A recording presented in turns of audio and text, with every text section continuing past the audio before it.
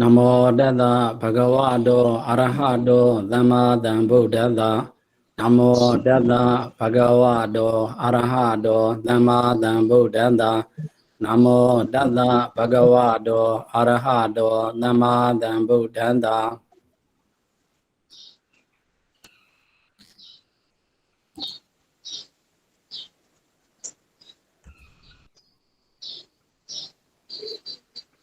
အဲ့တော့ဒါဆိုလို့ရှိရင်ဦးဇင်းတို့ဟုတ်တဲ့ရက်က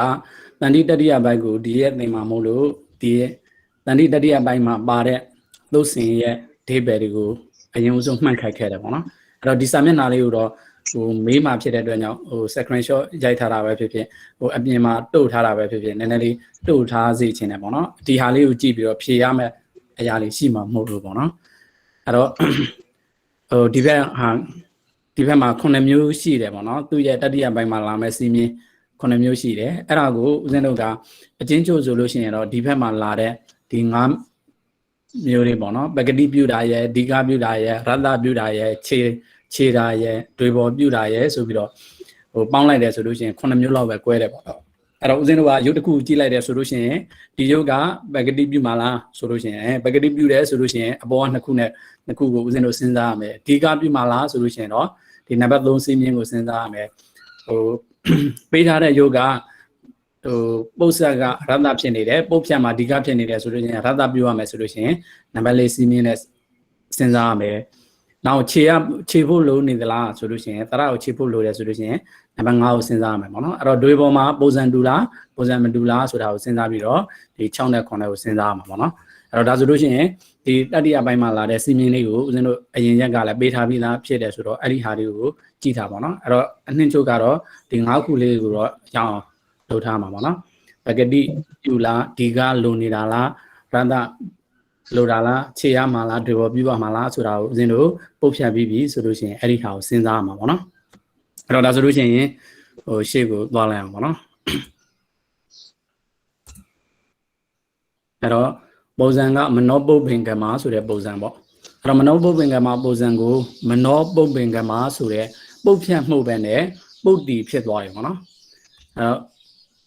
အဲ့တော့ဒါကိုဆယ်တော်ကဘယ်လိုမှာလဲဆိုလို့ရှိရင်ပိုးချင်းခွဲဖြတ်ရမည်ရုပ်မဟုတ်တော့ကြောင်းလဲပုတ်ဖြတ်ဟုမဆိုရတဲ့တကယ်ကတော့ဒီမနောပုပ္ပင်ကမမနောဆိုတဲ့စိတ်ပုပ္ပင်ကမရှေ့သွားခေါင်းဆောင်ဦးစီးခေါင်းဆောင်ဆိုတဲ့အိဗယ်ရတယ်ပုပ္ပင်ကမဆိုတဲ့ပုတ်ပေါ့နော်မနောဆိုတဲ့ပုတ်ရဲ့ပုပ္ပင်ကမဆိုတဲ့ပုတ်ရဲ့နှစ်ခုကိုပေါင်းထားတဲ့အတွက်ကြောင့်ဒါပုတ်ခွဲတဲ့အခါမှာတော့မနောပုပ္ပင်ကမလို့ခွဲတယ်ဒါပေမဲ့ဆရာတော်ကဒါပုတ်ချင်းခွဲဖြတ်ရမယ်ယုံမျိုးမဟုတ်တဲ့အတွက်ကြောင့်လည်းပုတ်ဖြတ်လို့မဆိုဘဲနဲ့ဘာလို့ဆိုလဲဆိုလို့ရှိရင်ပုတ်တီလို့ဆိုရပေါ့ဒါဆိုလို့ရှိရင်တပည့်တော်တို့ကစောင်းဝဲဖြေတဲ့အခါမှာမနောပုပ္ပင်ကမဟုပုတ်ဖြတ်လို့ရေးမိသွားရင်တော့တပည့်တော်တို့အမှန်မရနိုင်တော့ဘူးလားဆိုတော့မဟုတ်ပါဘူးအမှန်ပေးပါတယ်အဲ့ဒါဆိုလို့ရှိရင်လည်းဒါကဟိုအများကြီးမှားသွားတာမဟုတ်ဘူးပေါ့နော်ဟိုပုတ်ဖြတ်တဲ့ပုတ်တီနဲ့ကဒီလောက်ကြီးလွယ်သွားတာမဟုတ်ဘူးပုတ်ဖြတ်လို့ဆိုတာလဲတချို့ဆရာတော်တွေရဲ့ဟိုယူဆရှိပါသေးတယ်ပေါ့နော်ဒါပုတ်တီမှမဟုတ်ဘူးပုတ်ဖြတ်ဆိုတဲ့ယူဆလည်းရှိသေးတယ်ပေါ့နော်ဒါကတော့တပည့်တော်ဦးစင်းကတော့ဒီခြေပြုထဲမှာလာတဲ့အတိုင်းဆယ်တော်ကပုတ်တီဆိုတော့ဦးစင်းတို့ပုတ်တီပဲသွားအောင်ပေါ့နော်အဲ့တော့မနောပုပ္ပင်ကမလို့ပုတ်တီရမှာမနောပုပ္ပင်ကမလို့ပုတ်တီတဲ့အခါမှာမူရင်းကလည်းမနောပုပ္ပင်ကမပဲပုတ်ဖြတ်တော့လည်းမနောပုပ္ပင်ကမပဲဒါဆိုလို့ရှိရင်ဓမ္မကြီးဒေါ်နှင်းလည်းမိုက်ဖွင့်ပါဦးဓမ္မကြီးကျမဗျာဒါဆိုလို့ရှိရင်ဦးဇင်းတို့ဟိုရှေ့တို့ကဟိုမှတ်ခဲ့တဲ့စီကံ9ခုအနက်ကဟိုစီကံ9ခုအကျဉ်းဆိုလို့ရှိရင်5ခုပေါ့နော်ပဂတိပြုတယ်ဒီကပြုတယ်ရတ္တပြုတယ်ဆိုတော့အဲ့ဒီစီးမြင်တွေထဲอ่ะဆိုလို့ရှိရင်ဒါဘာနဲ့လုံနေရမလဲဆိုလို့ရှိရင်ပဂတိကဟိုတရာပဂတိပြင်စနေနဲ့ပါဗျာပဂတိဖြစ်မှာပေါ့နော်သူအရှိရှိတိုင်းပဲပြန်လို့ရမယ်ဆိုတော့ပဂတိပဲဖြစ်ရမှာအဲ့တော့ပဂတိလို့ပြောတဲ့အခါပဂတိမှာစီးမြင်က2ခုရှိတယ်ဟို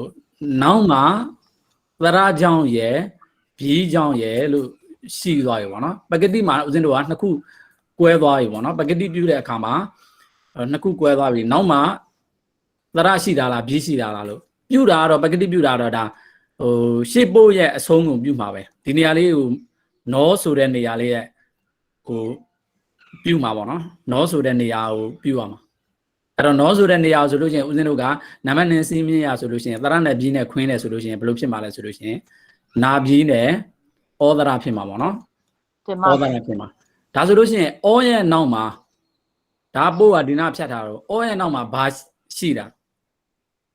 ဩရဲ့နောက်မှာပပြီးရှိပါတယ်ဗျာ ပါပြီးရှိတယ်ပေါ့နော်ဒါဆိုလို့ရှိရင်ဦးဇင်းတို့က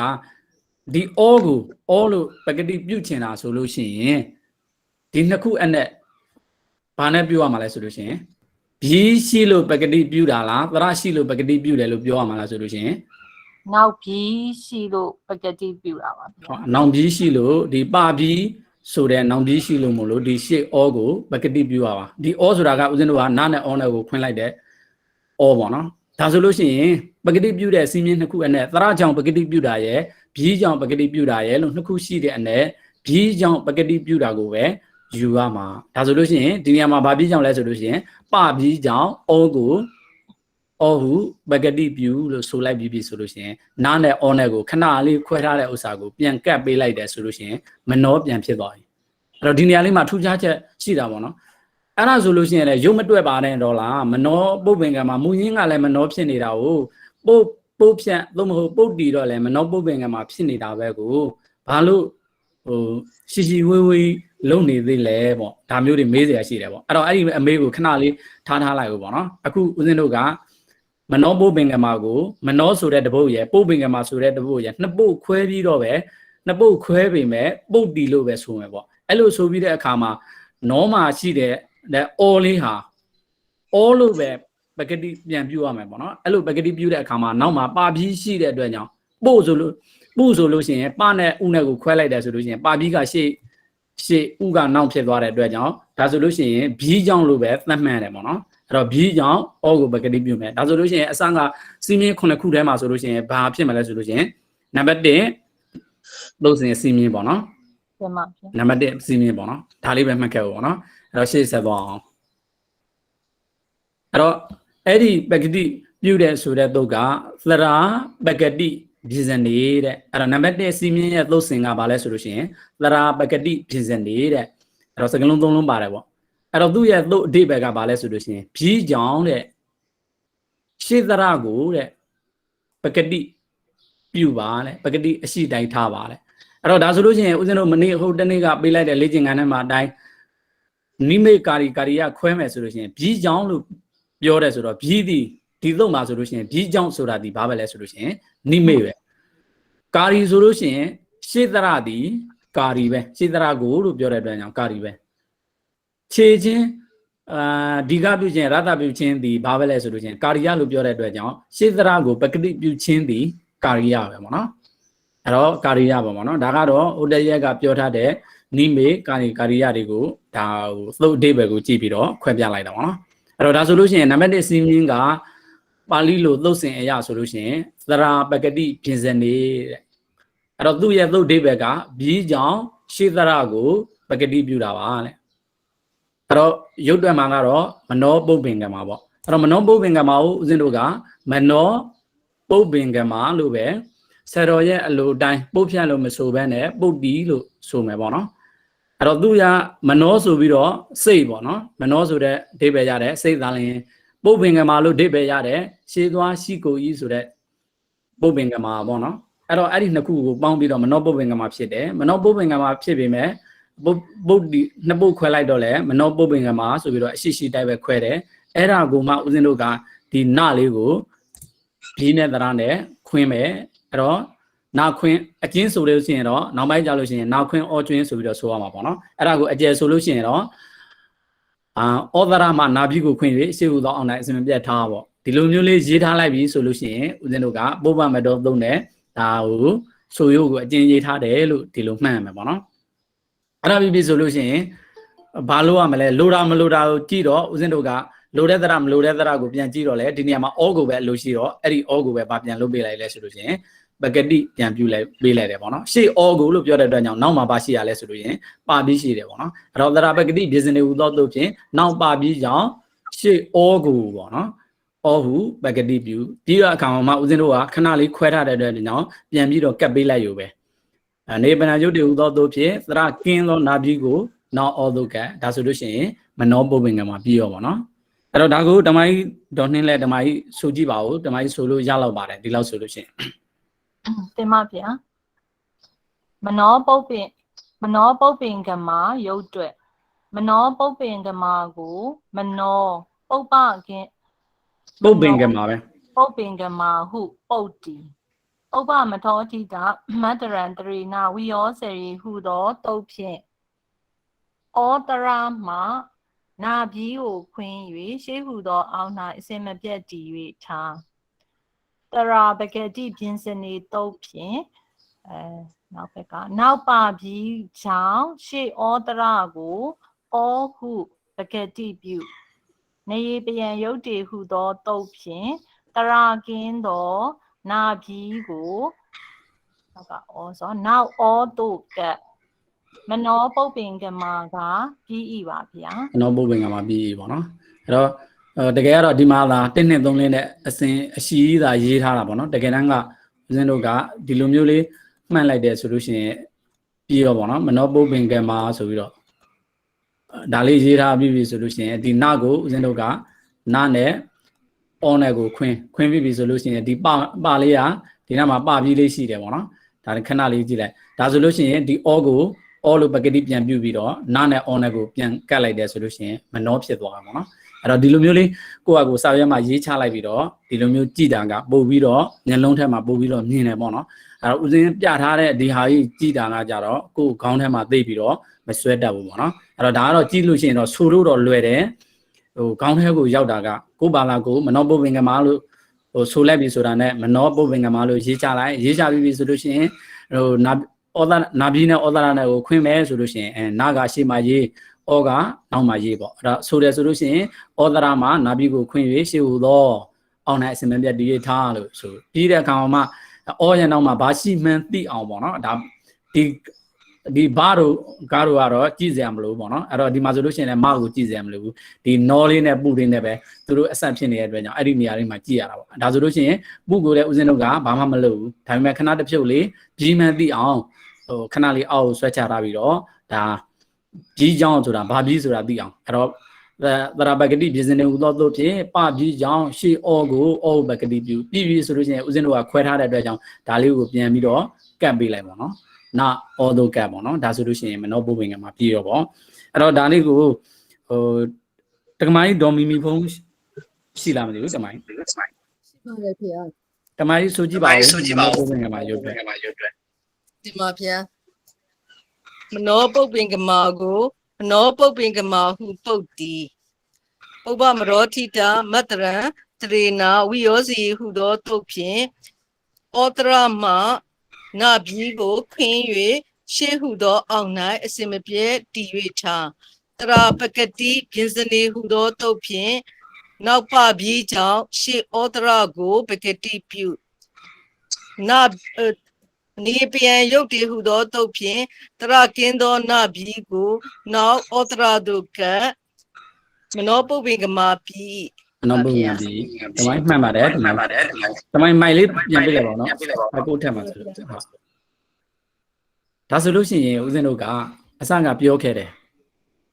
မူလလည်းမနောပုပ္ပင်ကမှာရှိနေတာပဲကိုဘာလို့မနောပုပ္ပင်ကမှာလို့ခွဲပြီးတော့ပကတိပြုတာတွေဘာတွေလုပ်နေသေးတာလဲလို့မေးစရာရှိတယ်တကယ်လို့သာမနောပုပ္ပင်ကမှာလို့ရှိတယ်ဆိုလို့ရှိရင်နာခွင်းအော်ကျွင်းနဲ့အဲ့ဒီအော်လေးကိုသာပကတိအရှိတိုင်းထားပါ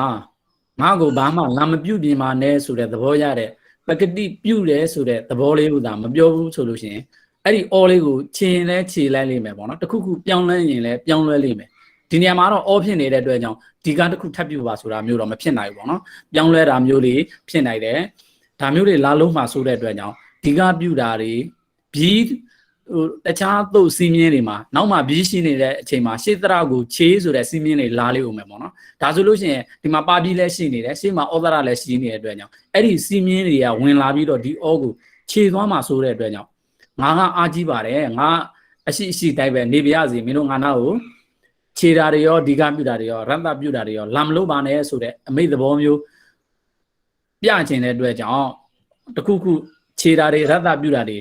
လာလို့မှဆိုတဲ့အတွက်ကြောင့်ငါ့ကိုဘာမှလာမလို့နဲ့လို့သဘောရတဲ့ပကတိဆိုတဲ့ပကတိပြုဆိုတာလေးကိုဒီလိုမျိုးပြောတာအဲ့တော့အဲ့လိုပကတိပြုတဲ့အတွက်ကြောင့်တခြားဥစ္စာတွေကိုမလုံနဲ့လို့အမေပေးသလိုတားမြင့်သလိုဖြစ်တဲ့အတွက်ကြောင့်တားမြင့်တယ်ဆိုတဲ့ စကလုံးကိုပါဠိမှာပဋိသေဒလို့ခေါ်တာပေါ့နော်ပဋိသေဒလို့ခေါ်တယ်ပဋိသေဒလို့ခေါ်တယ်ဟိုမှာဒီကပြုတာဒီကပြုအစီရင်တဲ့သုတ်ကိုကြတော့ဒီကဝိတိသုတ်လို့ခေါ်ပြီးတော့ရတ္တပြုတဲ့အပြုကိုစီရင်တဲ့သုတ်တွေကိုရတ္တဝိတိသုတ်လို့ခေါ်တယ်ပေါ့နော်အဲ့တော့ဒါကဟိုကြားဖြတ်နည်းနည်းလေးကြားဖို့နောက်ကရှိအောင်ပဲမှတ်ခဲ့ဖို့ပေါ့နော်ဒီနေရာမှာမှတ်စေချင်တာကတော့ပဋိသေဒ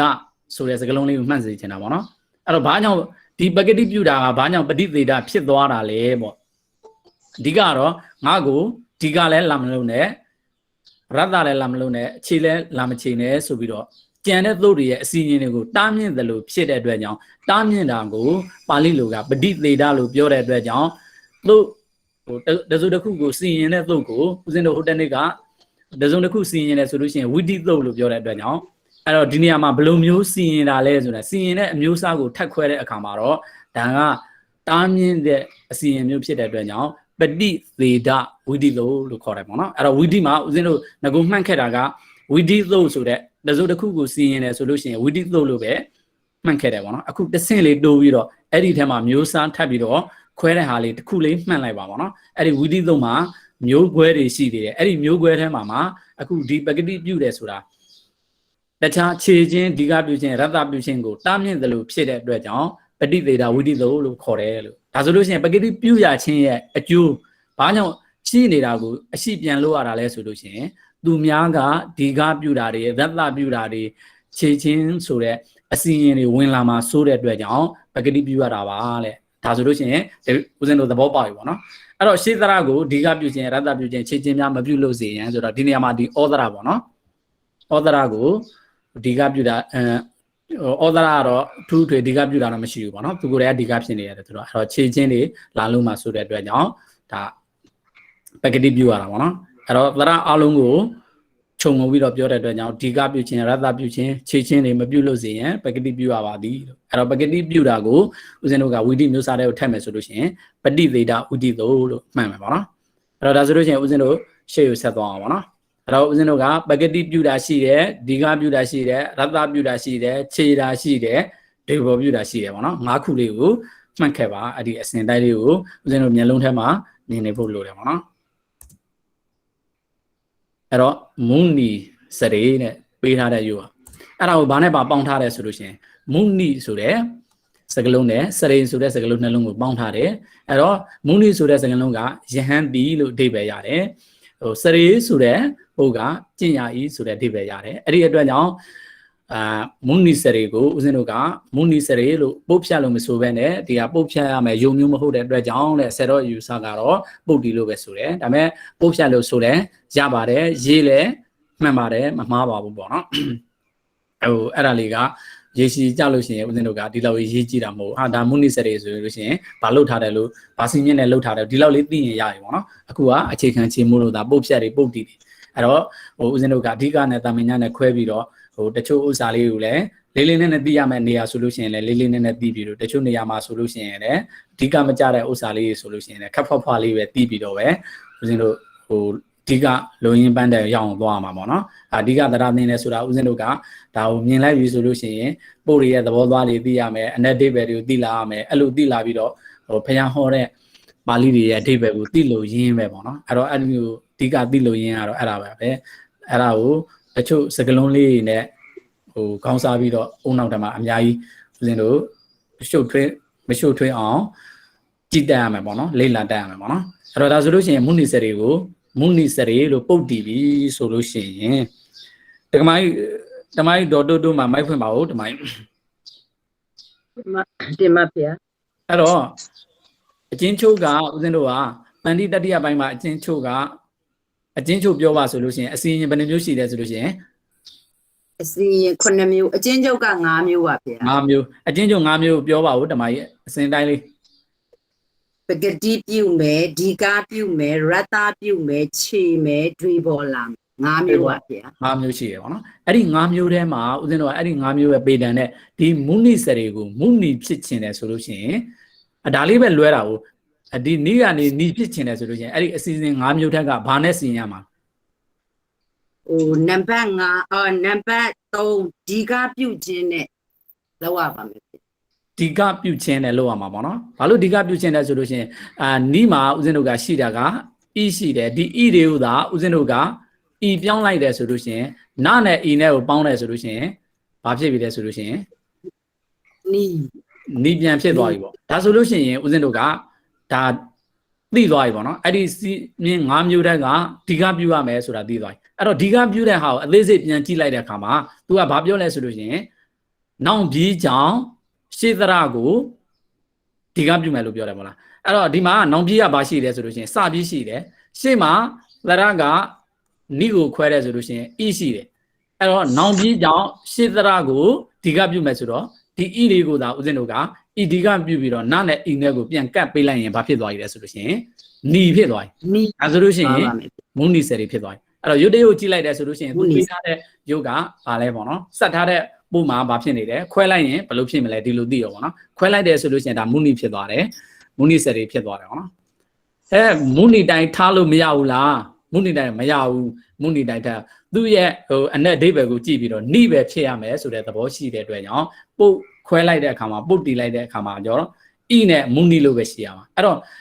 ဒါကကြတော့ဦးဇင်းတို့တန်တိဆက်တဲ့အခါမှာဆူလွဲခြင်းအကျိုးငါတချို့တရားတွေဂါထာတွေစီးတဲ့အခါမှာရသနေပြီးတော့ဒီကဖြစ်စေလို့တဲ့အခါမျိုးတွေရှိတယ်အဲ့ဒီအခါလေးအတွက်ဒီလိုမျိုးပါဠိတော်တွေမှာဆက်ထားတဲ့ပုံစံနဲ့ရှိတယ်ပေါ့နော်ဒါကပုတ်ဆက်ထားတဲ့ပုံစံနဲ့ရှိတယ်ပေါ့အဲ့ဒီပုတ်ဆက်ထားတဲ့ဥစ္စာကိုဦးဇင်းတို့ကတကယ်မူရင်းနှစ်ခုကဘာလဲဆိုတာကိုခွဲကြည့်တယ်ခွဲကြည့်ပြီးတဲ့အခါမှာအဓိပ္ပာယ်ပြန်ဖော်တာပေါ့နော်အဲ့တော့မူနီလို့မှအဓိပ္ပာယ်ဖော်လို့ရတာပေါ့နော်အဲ့ဒါဆိုလို့ရှိရင်ယဟန်သည်လို့အဓိပ္ပာယ်ရပါအဲ့တော့ဒါဆိုလို့ရှိရင်ပြန်ဆက်ထားတာကဘာစီမြင့်နဲ့ဆက်ပေးထားရလဲဆိုတာကိုဦးဇင်းတို့ကသန္တိတတိယဘိုင်းကဒီကပြုထားတယ်ဆိုတော့စီမြင့်နဲ့ဆက်ပေးထားတယ်အဲ့ဒီဒီကပြုတဲ့စီမြင့်ကဘာလဲဆိုလို့ရှိရင်သန္တိတတိယဘိုင်းကဒီကပြုတဲ့စီမြင့်ကနောင်ပြီးရှိတဲ့အခါမှာရှေးရသသရကိုဒီကပြုတာအဲ့တော့ဒီနေရာမှာနောင်ပြီးဆိုတာဘာဖြစ်သွားလဲဆိုလို့ရှိရင်စာပြီးဖြစ်သွားတယ်ပေါ့နော်အဲ့တော့အဲ့ဒီအတွက်ကြောင့်ရှေးဣဒရာကိုဣဒီကပြုတယ်ပေါ့နော်အဲ့တော့ဒါဆိုလို့ရှိရင်စီမြင့်၅ခုရှိတဲ့အနေဒီကပြုတယ်ဆိုတဲ့စီမြင့်နဲ့လို့တယ်အဲ့ဒီဒီကပြုတယ်ဆိုတာဘယ်လိုအချက်စီကံလဲဆိုလို့ရှိရင်နောင်ပြီးရှိတဲ့အခါမှာရှေးရသသရကိုဒီကပြုတယ်တဲ့အဲ့တော့နောင်ပြီးရှိတဲ့အခါမှာနောင်ပြီးကြောင့်ရှေးရသသရကိုဒီကပြုတာဒီဘာလို့လဲဆိုလို့ရှိရင်ဒီကံပဲအဲ့တော့ဒီကံကတော့ဦးဇင်းတို့တတိယဘိုင်းကိုမရောက်ခင်ခဲ့ရတယ်ပဲဒုတိယဘိုင်းမှာတည်းကဘာဖြစ်ခဲ့ပြီလဲဆိုလို့ရှိရင်တွေးခဲ့ပြီပေါ့နော်နောက်ပြီးကြောင့်ဒီကပြုတဲ့ပုံစံတွေကိုတွေးခဲ့ပြီအဲ့တော့ပြီးကြောင့်ရှေးသရကိုဒီကပြုတာပါလေအဲ့တော့ယုတ်ကတော့မုန်နီစရီပေါ့နော်အဲ့တော့မုန်နီစရီကိုအစပြောခဲ့တဲ့အတိုင်းမုန်နီစရီတို့ပုတ်ဖြတ်မယ်ပုတ်ဖြတ်ပြီးဆိုလို့ရှိရင်နားနဲ့ဤနဲ့ကိုခွင်းမယ်ခွင်းပြီးဆိုလို့ရှိရင်ရှိနေတဲ့ဣဒရာတွေကိုဘာလို့လဲဆိုလို့ရှိရင်ဒီကံသုံးတဲ့ဒီကပြုမယ်ပြီးပြီးရင်ကတ်ရုံပဲပေါ့နော်အဲ့တော့ဒါကိုတော့ဦးဇင်းတို့ကဒီကံရဲ့သဘောကိုဒုတိယပိုင်းမှာတည်းကဆိုခဲ့ပြီးတွေးခဲ့ပြီးဆိုတော့လွယ်ပြီးသားပေါ့နော်အဲ့တော့ကဲဓမ္မကြီးတော်တွတ်မှာပဲဆိုလိုက်ပါဦးဓမ္မကြီးမုနီစရေရုပ်တွေ့မုနီစရေကိုမုနီစရေဟုပုတ်တီပုပ္ပမတော်တိတမတ္တရံတရေနဝိယောစီဟုသောတုတ်ဖြင့်ဣတရမှာနပြီးကိုခွင်း၍ရှေးဟုသောအောက်၌အစင်မပြတ်တည်၍ချာတတိယပိုင်းဒီကံဟုသောတုတ်ဖြင့်နောက်စပြီးကြောင့်ရှေးဣတရကိုဤဒီကပြုနေပရံရုပ်တည်ဟုသောတုတ်ဖြင့်တရကင်းသောနပြီးကိုနောက်ဤတရတို့ကမုနီစရေကပြီးဤပါဗျာမုန်နီစရီကပြီပေါ့ဒါလွယ်ပါတယ်နော်ဦးဇင်းတို့ရှေ့ကဆိုပြီးပြီဆိုတော့ရှေ့ကဆိုဖူးပြီးသားဆိုတော့လွယ်ပြီးသားဆိုတော့ဦးဇင်းနောက်တစ်ယောက်ကိုမဆိုခိုက်တော့ဘူးနော်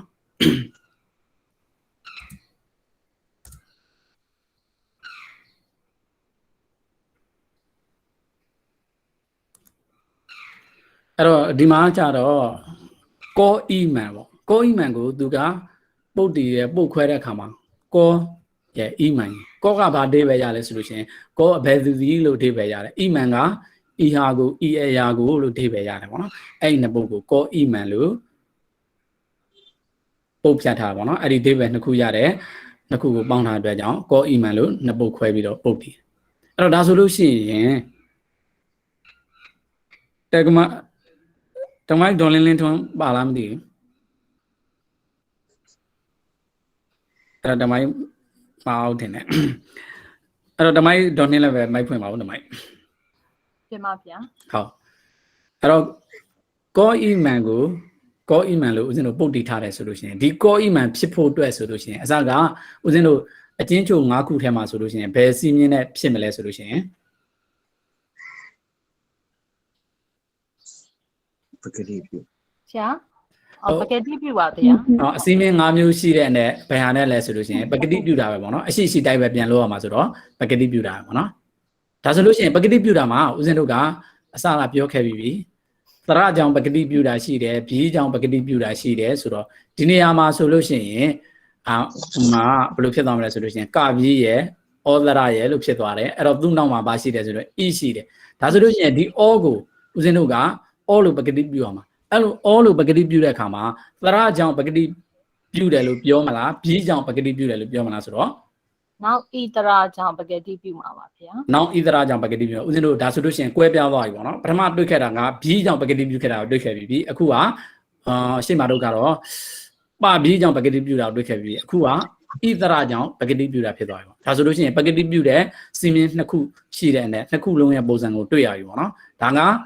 နောက်တရာကြောင့်ရှေ့ဩကိုပကတိပြုတာပေါ့ဒါပါပဲမနောပုပ္ပင်ကမာတို့ကတော့ပဘီးကြောင့်နာမှာရှိတဲ့ဩကိုဩဟုပကတိပြုတယ်ဒီမှာကြတော့ဣသရာဖြစ်နေတဲ့အတွက်ကြောင့်ဤကြောင့်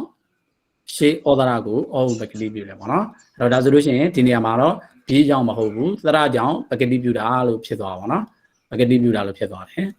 အဲ့တော့ဒါဆိုလို့ရှိရင်ဦးဇင်းတို့ကကောအီမန်လို့ကိုကောအီမန်လို့ပဲပုတ်တီးပြီးတော့ပကတိပြုအောင်ပါပေါ့နော်အဲ့တော့သရကြောင့်ပကတိပြုတာကြတော့သရေကွာစီတဲ့သရကြောင့်ရှေ့မှာရှိတဲ့သရကိုပကတိပြုမယ်တဲ့ပကတိပြုတယ်ဆိုတာအရှိတိုင်းထားတာကိုပဲပကတိပြုတယ်လို့ပြောတယ်ပေါ့နော်အဲ့တော့ပုံစံကတော့ဦးဇင်းတို့ကောအီမန်ပဲကောအီမန်မှာညှိဆိုတဲ့သရကြောင့်ကောမှာရှိတဲ့ရှေ့ဩသရကိုဘာလုပ်မလဲဆိုလို့ရှိရင်ပကတိပြုမယ်အဲ့တော့အဲ့ဒီစီမင်းရဲ့သုတ်စင်ပါဠိကဘာလဲဆိုလို့ရှိရင်သရေကွာစီအဲ့တော့သရေကွာစီဆိုတဲ့သုတ်စင်တွေမှာစကလုံးနှလုံးပဲပါတယ်သရေဆိုတဲ့စလုံးလေးရယ်ကွာစီဆိုတဲ့စလုံးလေးရယ်သရေဆိုတာနောက်သရကြောင့်ပေါ့နော်အဲ့ဒါကွာစီဆိုတဲ့သဘောကတယံတစ်ခါပေါ့အဲ့တော့သရကြောင့်တယံတစ်ခါဆိုတဲ့အဓိပ္ပာယ်ပဲရှိနေတယ်အဲ့ဒါကိုဦးဇင်းတို့ကသူနဲ့နိကတ်ဆိုစဉ်းစားလိုက်ပြီးတော့သူ့ရဲ့ရှေ့မှာသရပကတိပြင်စနေလို့ပါတယ်အဲ့ဒီအတွက်ကြောင့်အဲ့ဒီသရဆိုတဲ့ဒီသုတ်အတွက်ဘာတွေလိုအပ်လဲဆိုလို့ချင်းလိုအပ်တဲ့ဥစ္စာတွေကိုရှေ့သုတ်ကနေပြီးတော့ယူလိုက်တဲ့အခါမှာသရဆိုတဲ့စကားလုံးလေးကိုရှေ့သရဦးဇင်းတို့ကသရကြောင့်ဆိုတဲ့စကားလုံးအဓိပ္ပာယ်ရတယ်သရေဆိုတဲ့ပါဠိလေးပဲပါတယ်အဲ့တော့အဲ့ဒီအတွက်ကြောင့်သရကြောင့်ရှေ့သရကိုဆိုတဲ့အဓိပ္ပာယ်ကိုရတဲ့စကားလုံးကတော့သရပကတိပြင်စင်နေတဲ့အဓိပ္ပာယ်ရတယ်သရကိုယူပြီးတော့အနက်ပေးလိုက်တယ်ပြီးတဲ့အခါမှာပကတိပြုတယ်ဆိုတဲ့အဓိပ္ပာယ်လေးကိုလိုချင်တဲ့အတွက်ကြောင့်ပကတိဆိုတဲ့စကားလုံးကိုလည်းရှေ့သုတ်ကနေပြီးတော့ပဲယူလိုက်တယ်အဲ့တော့ကွာစီဆိုတာကတော့အမြဲတမ်းမဟုတ်ပါဘူးဒီနောက်မှာသရရှိပေမဲ့ရှေ့မှာရှိတဲ့သရအတိုင်းကိုပကတိပြုတာတော့မဟုတ်ပါဘူးလို့အဓိပ္ပာယ်ရတယ်ကွာစီလေးကိုထည့်ပြီးတော့သုတ်စင်ကိုရှေ့သုတ်မှာပါတဲ့စကားလုံးတွေကိုဖြုတ်ပြီးတော့သုတ်စင်ရဲ့သဘောသဘာဝကအတက်နိုင်ဆိုအကျဉ်းဆိုစကားလုံးကိုအသုံးပြုထားတဲ့အတွက်ကြောင့်ရှေ့မှာအသုံးပြုထားတဲ့သရဆိုတဲ့စကားလုံးလေးပကတိဆိုတဲ့စကားလုံးလေးမထည့်တော့ဘဲနဲ့ဘယ်လိုပဲသုတ်စင်ပါဠိလုပ်လိုက်လဲဆိုလို့ရှိရင်သရေကွာစီဆိုတဲ့အဲ့တော့သရေနောက်သရကြောင့်ကွာစီအချို့အရာနိုင်လို့ပြောတယ်အဲ့ဒီဒိဗ္ဗေနှလုံးပါတယ်သုတ်စင်ကိုပဲသုတ်စင်ပါဠိမှာတော့ဒီစကားလုံးနှလုံးပဲပါတယ်အဲ့ဒါကိုဖြစ်ဆွဲပြီးတော့ရှေ့ရဒိဗ္ဗေတွေနဲ့ပေါင်းစပ်ပြီးတော့ဦးဇင်းတို့ကယူဆရတာပေါ့နော်အဲ့တော့ဒါဆိုလို့ရှိရင်ကောအီမန်ကိုဦးဇင်းတို့ကောအီမန်လို့ပုတ်တီးမယ်မနောပုပ္ပင်္ဂမှာတိုက်ပဲနံပါတ်2ပုံနဲ့ဘီးနဲ့သရနဲ့ခွဲမယ်ခွဲပြီးဆိုလို့ရှိရင်ကောလေးကိုအရှိတိုင်းလိုချင်တဲ့အတွက်ကြောင့်ဩကိုပဲဩလို့ပကတိပြုရမယ်ပြီးဆိုလို့ရှိရင်နောက်သရသို့ကတ်မယ်ပေါ့နော်အဲ့တော့နောက်သရသို့ကတ်မယ်ဆိုတာကဦးဇင်းတို့ကကဘီးကိုသူ့ရဲ့နောက်မှာဘယ်သူပဲရှိလဲဆိုတော့ဩပဲရှိတဲ့အတွက်ကြောင့်ကကိုနောက်ဩသို့ကတ်မယ်ပေါ့နော်ကဲဒါလည်းရလောက်ပါတယ်တမိုင်းတော်နှင်းလည်းပဲတမိုင်းဆိုလိုက်ပါဦးတင်ပါဗျာကောအီမန်ရုပ်တွေ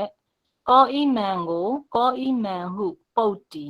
ပုပ္ပမထောတိတာမတ္တရံတရိနာဝီယောစီဟုသောတုတ်ဖြင့်ဩတရာမှာကာဖြီးကိုခွင်း၍ရှေးဟုသောအောင်း၌အစင်မပြတ်တည်၍ထားတရိကွာစီဟုသောတုတ်ဖြင့်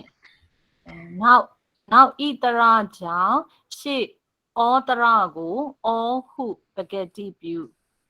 နယေပရံယုတ်တေဟုသောတုတ်ဖြင့်တရာကင်းသောတရာကင်းသောကာဖြီးကိုနောက်ဩတရာသို့က có ý màng gà ký ý bà phía ကောအီမန်ကပြီဒါလွယ်ပါတယ်အဲ့တော့လွယ်တယ်လွယ်တယ်ဆိုလို့ရှိရင်ရှေ့ကိုဆက်သွားအောင်ပါနော်ဦးဇင်းမဆိုခိုက်တော့ပါဘူးဒီမှာဒါဆိုလို့ရှိရင်ဦးဇင်းတို့5မျိုးတည်းက2မျိုးကိုတော့တွေ့ခဲ့ပြီပေါ့နော်ပကတိပြုတာရဲ့ဒီကပြုတာရဲ့ပကတိပြုမှာသရကြောင့်ပကတိပြုတာဘီကြောင့်ပကတိပြုတာလို့2မျိုးရှိတဲ့နဲ့2မျိုးစလုံးပုံစံတွေကိုတွေ့သွားပြီပေါ့နော်အဲ့တော့ဘီကြောင့်ပကတိပြုတာကြတော့သရပကတိပြည်စနေသို့ပြည်စနေဆိုတဲ့သုတ်စင်မှာပြည်စနေဆိုတဲ့စကားလုံးလေးပါတယ်ဘီကြောင့်ပကတိပြုတာဖြစ်တဲ့အတွက်ကြောင့်နောက်ပြီးတော့လည်းပကတိပြုတယ်ဆိုတဲ့စကားလုံးလေးတိုင်းပကတိဆိုတဲ့စလုံးလေးပါတယ်ပေါ့နော်အဲ့တော့သရပကတိပြည်စနေနောက်သရကြောင့်ပကတိပြုတာတော့သရကြောင့်လို့အဓိပ္ပာယ်ရတယ်သရေဆိုတဲ့အဓိပ္ပာယ်အမြဲတမ်းမဟုတ်ဘူးဆိုတဲ့အဓိပ္ပာယ်ရတယ်ကွာစီဆိုတဲ့စကားလုံးလေးနဲ့ပေါင်းပြီးတော့သရေကွာစီအဲ့တော့အဲ့ဒီနှစ်သုံးကပကတိပြုတာအဲ့တော့ဒီကပြုတာတော့ဦးဇင်းတို့ကတော့တွေ့ငကိုတဲ့ကတွေ့ပြီလားဒုတိယပိုင်းဒီကံတတိယပိုင်းဒီကံဆိုလို့ဒီကံဆိုတဲ့သို့ပေါ့နော်စလုံးကတစ်လုံးပဲရှိရပေါ့နော်သဘုံပဲရှိတယ်အဲ့တော့ဒါကတော့ပကတိပြုခြင်းဒီအဘယ်သို့များကိုတားမြစ်ပါတဲ့နီးအဲ့တော့ခြေပြုတရာရဲ့စာမျက်နှာ25မှာပါတယ်အစကလည်းသဘောဒိဗယ်ကိုပြောခဲ့ပြီပေါ့နော်ပကတိပြုတာဒီအဲ့တော့တမိုင်းဒေါ်နှင်းလည်းပဲမိုက်ဖွင့်လာပါဦးတမိုင်း တင်ပါဗျာ ကိုအီမန်တကယ်လို့သာပကတိပြုမပြုဘူးဆိုလို့ရှိရင်ဒီဩဒရာလေးကိုနောက်ဣဒရာကြောင့်ဩဒရာလေးကိုဦးဇင်းတို့ဘာလုပ်လို့ရလဲဆိုလို့ရှိရင်ဒုတိယပိုင်းလုပ်လို့ရတဲ့သို့တွေကိုအစဉ်တိုင်းစဉ်းစားကြည့်ပါဦးတမိုင်းဦးဇင်းပြောပြမှာပေါ့နော်သရသရေလောပန်သို့ဝင်လို့ရလား သရတရေလောပန်တော့ကဝင်လို့ရပါတယ်ဗျာ ဝင်လို့ရပဲဆိုလို့ရှိရင်အဲ့ဒါပကတိပြုတာဒီဒါဆိုလို့ရှိရင်သရသရေလောပန်သို့ကိုတို့ရဲ့အစီရင်ကိုတားမြင်ရလဲရောက်တယ်နော်တားမြင်ရလဲရောက်တယ်ဒီအော်လေးကိုဒီနေရာလေးမှာကြည့်တာနော်ဒီနေရာလေးမှာဒါဆိုလို့ရှိရင်သရေကွက်စီသို့ကပကတိပြုတယ်ဆိုလို့ရှိရင်ဒါအဲ့ဒီပကတိပြုတာဒီအစကပြောခဲ့ပြီးတားမြင်တဲ့သဘောရှိတယ်ပဋိသေတာဝိတိသို့ဆိုတာဘယ်သို့တွေကိုတားမြင်တာလဲအစကဒီကပြုခြင်းရတပြုခြင်းခြေချင်းဆိုပြီးတော့စုပေါင်းပြီးတော့ပဲပြောထားတယ်ပေါ့နော်အခုကသုတ်စင်နေနဲ့ရှာကြည့်အောင်ပေါ့နော်သုတ်စင်နေနဲ့ရှာကြည့်တဲ့အခါမှာသူကအဲ့လိုပကတိပြုလိုက်တဲ့အတွက်ကြောင့်တခြားဟာတွေမလုပ်ပါနဲ့ဆိုတာဘယ်အလုပ်လေးလဲပေါ့ဘယ်အစီရင်လဲလို့ပြန်ကြည့်တဲ့အခါမှာဒုတိယပိုင်းရအစီရင်တွေဦးဇင်းတို့ကြည့်အောင်ပေါ့နော်အဲ့တော့ဒီမှာနောက်မှာလည်းသရရှိတယ်ရှေ့မှာလည်းသရရှိတယ်အဲ့လိုမျိုးစီရင်တာဟာကိုကြည့်ရမှာအဲ့တော့နံပါတ်2ဝါဘရောအသရူပါ ဤနဲ့အောနဲ့ဆိုတော့အတရူပါဖြစ်တယ်ဆိုတော့ရပါတယ်ဗျာဝါဘရော ဒါပေမဲ့သူကအခုပြုတာကဒီဟာကိုပဲပကတိပြုတာ နောက်ကိုချီတင်ပါ သူရှေ့ကိုပဲပကတိပြုတယ်ဆိုတော့ဟိုမှာကဝါဘရောအသရူပါနောက်သရကိုခြေတယ်ဆိုတော့ဒီဟာဒီပကတိပြုတာဒီဝါဘရောအသရူပါကိုသက်ရောက်မှုမရှိဘူးပေါ့နော်ဟိုရှေ့သရကိုပဲသူကစီရင်မှာဟိုမှာကြတော့နောက်သရကိုခြေတဲ့သို့ဆိုတော့အခုကပကတိပြုငါ့ကိုမလုပ်ပါနဲ့ဆိုတာဘယ်မှာလဲဆိုလို့ရှိရင်ရှေ့မှာလေရှေ့မှာဖြစ်တဲ့အတွက်ကြောင့်သရသရေလောပန်သို့ကတော့တကယ်လို့သာငါ့ကိုမလုပ်ပါနဲ့လို့ပြောရဲဆိုလို့ရှိရင်နောက်သရကြောင့်ရှေ့သရကိုခြေချင်းဆိုတဲ့စီကန်းနဲ့ခြေလို့ရသွားနိုင်တယ်ပေါ့နော်အဲ့ဒီအတွက်ကြောင့်သရသရေလောပန်သို့ကိုတားမြင့်တယ်လို့ရောက်တယ်ဘာဘရောအသရူပါလို့တာကြတော့ရှေ့အသရူပါသရကြောင့်နောက်ဣသရကိုခြေဆိုတော့အခုနေထားမှာလဲခြေရင်ခြေလို့ရတာပဲသူစီမင်းစီကန်းလဲရှိတယ်ဆိုခြေလို့ရတယ်ဒါပေမဲ့ဝါဘရောအသရူပါကိုတားမြင့်သလိုမျိုးမဖြစ်ဘူးပေါ့နော်အဲ့ဒီဝါဘရောအသရူပါတို့ကနောက်သရကိုခြေသလိုမျိုးဖြစ်နေတဲ့အတွက်ကြောင့်ပေါ့နော်အဲ့တော့နောက်တစ်သူစဉ်းစားအောင်နောက်တစ်သူကဒီကံ ဒီကံ ဒုတိယပိုင်းဒီကံပေါ့ဒုတိယပိုင်းဒီကံတို့ကဒီပကတိပြုတာဒီတားမြင့်တယ်လို့ရောက်မရောက်ဒီကံတို့ကဘာလို့တာလဲ ဒီကံတော့ကနောက်တော့ရှေ့တရပြီးတော့နောက်တစ်ခါကိုဒီကားပြုပါဗျာ အဲ့တော့အဲ့ဒီသို့ကစီရင်ကနောက်ကိုစီရင်တာဆိုတော့အခုကရှေ့ကိုပကတိပြုတာဆိုတော့ဒါနဲ့ဆိုင်ဦးမလားဆိုတော့ မဆိုင်တော့ပါဘူး မဆိုင်တော့ဘူးပေါ့နော်သူ့ရဲ့တားမြင့်တဲ့ဘောင်တွင်းကအဲ့ဒီဒီကံတို့မပါနိုင်တော့ဘူးဆိုတဲ့သို့ဖြစ်သဘောဖြစ်သွားပါတော့နောက်တစ်ခုကြည့်အောင်ပို့ဘောစ ပုပ်ဘောစ ပို့ဘောစတို့ကဘာလို့တာလဲဆိုလို့ရှိရင် ပုပ်ဘောစတုတ်ကကြတော့ဟိုကရှေ့တရကိုဒီကားပြုတာပါဗျာနောက်တရခြေပြီးတော့ရှေ့တရကိုဒီကားပြု နောက်သရကြည့်ပြီးတော့ရှေ့သရကိုဒီကပြုတာဒါဆိုလို့ရှိရင်ရှေ့သရကိုပြောင်းလဲနိုင်တယ်ပေါ့နော်မပြောင်းလဲပါနဲ့လို့ပြောထားပြီးပြီဆိုတော့အခုကပြောင်းလဲလို့မရတော့ဘူး အဲ့တော့အဲ့လိုမျိုးမပြောထားဘူးဆိုလို့ရှိရင်ဘာလုပ်နိုင်လဲဆိုလို့ရှိရင်ဒီမှာတော့ဩဒရမို့လို့လေဟိုတကယ်လို့သာဒီနေရာမှာဩဒရနေရာမှာဤမျိုးဖြစ်နေတယ်ဆိုလို့ရှိရင်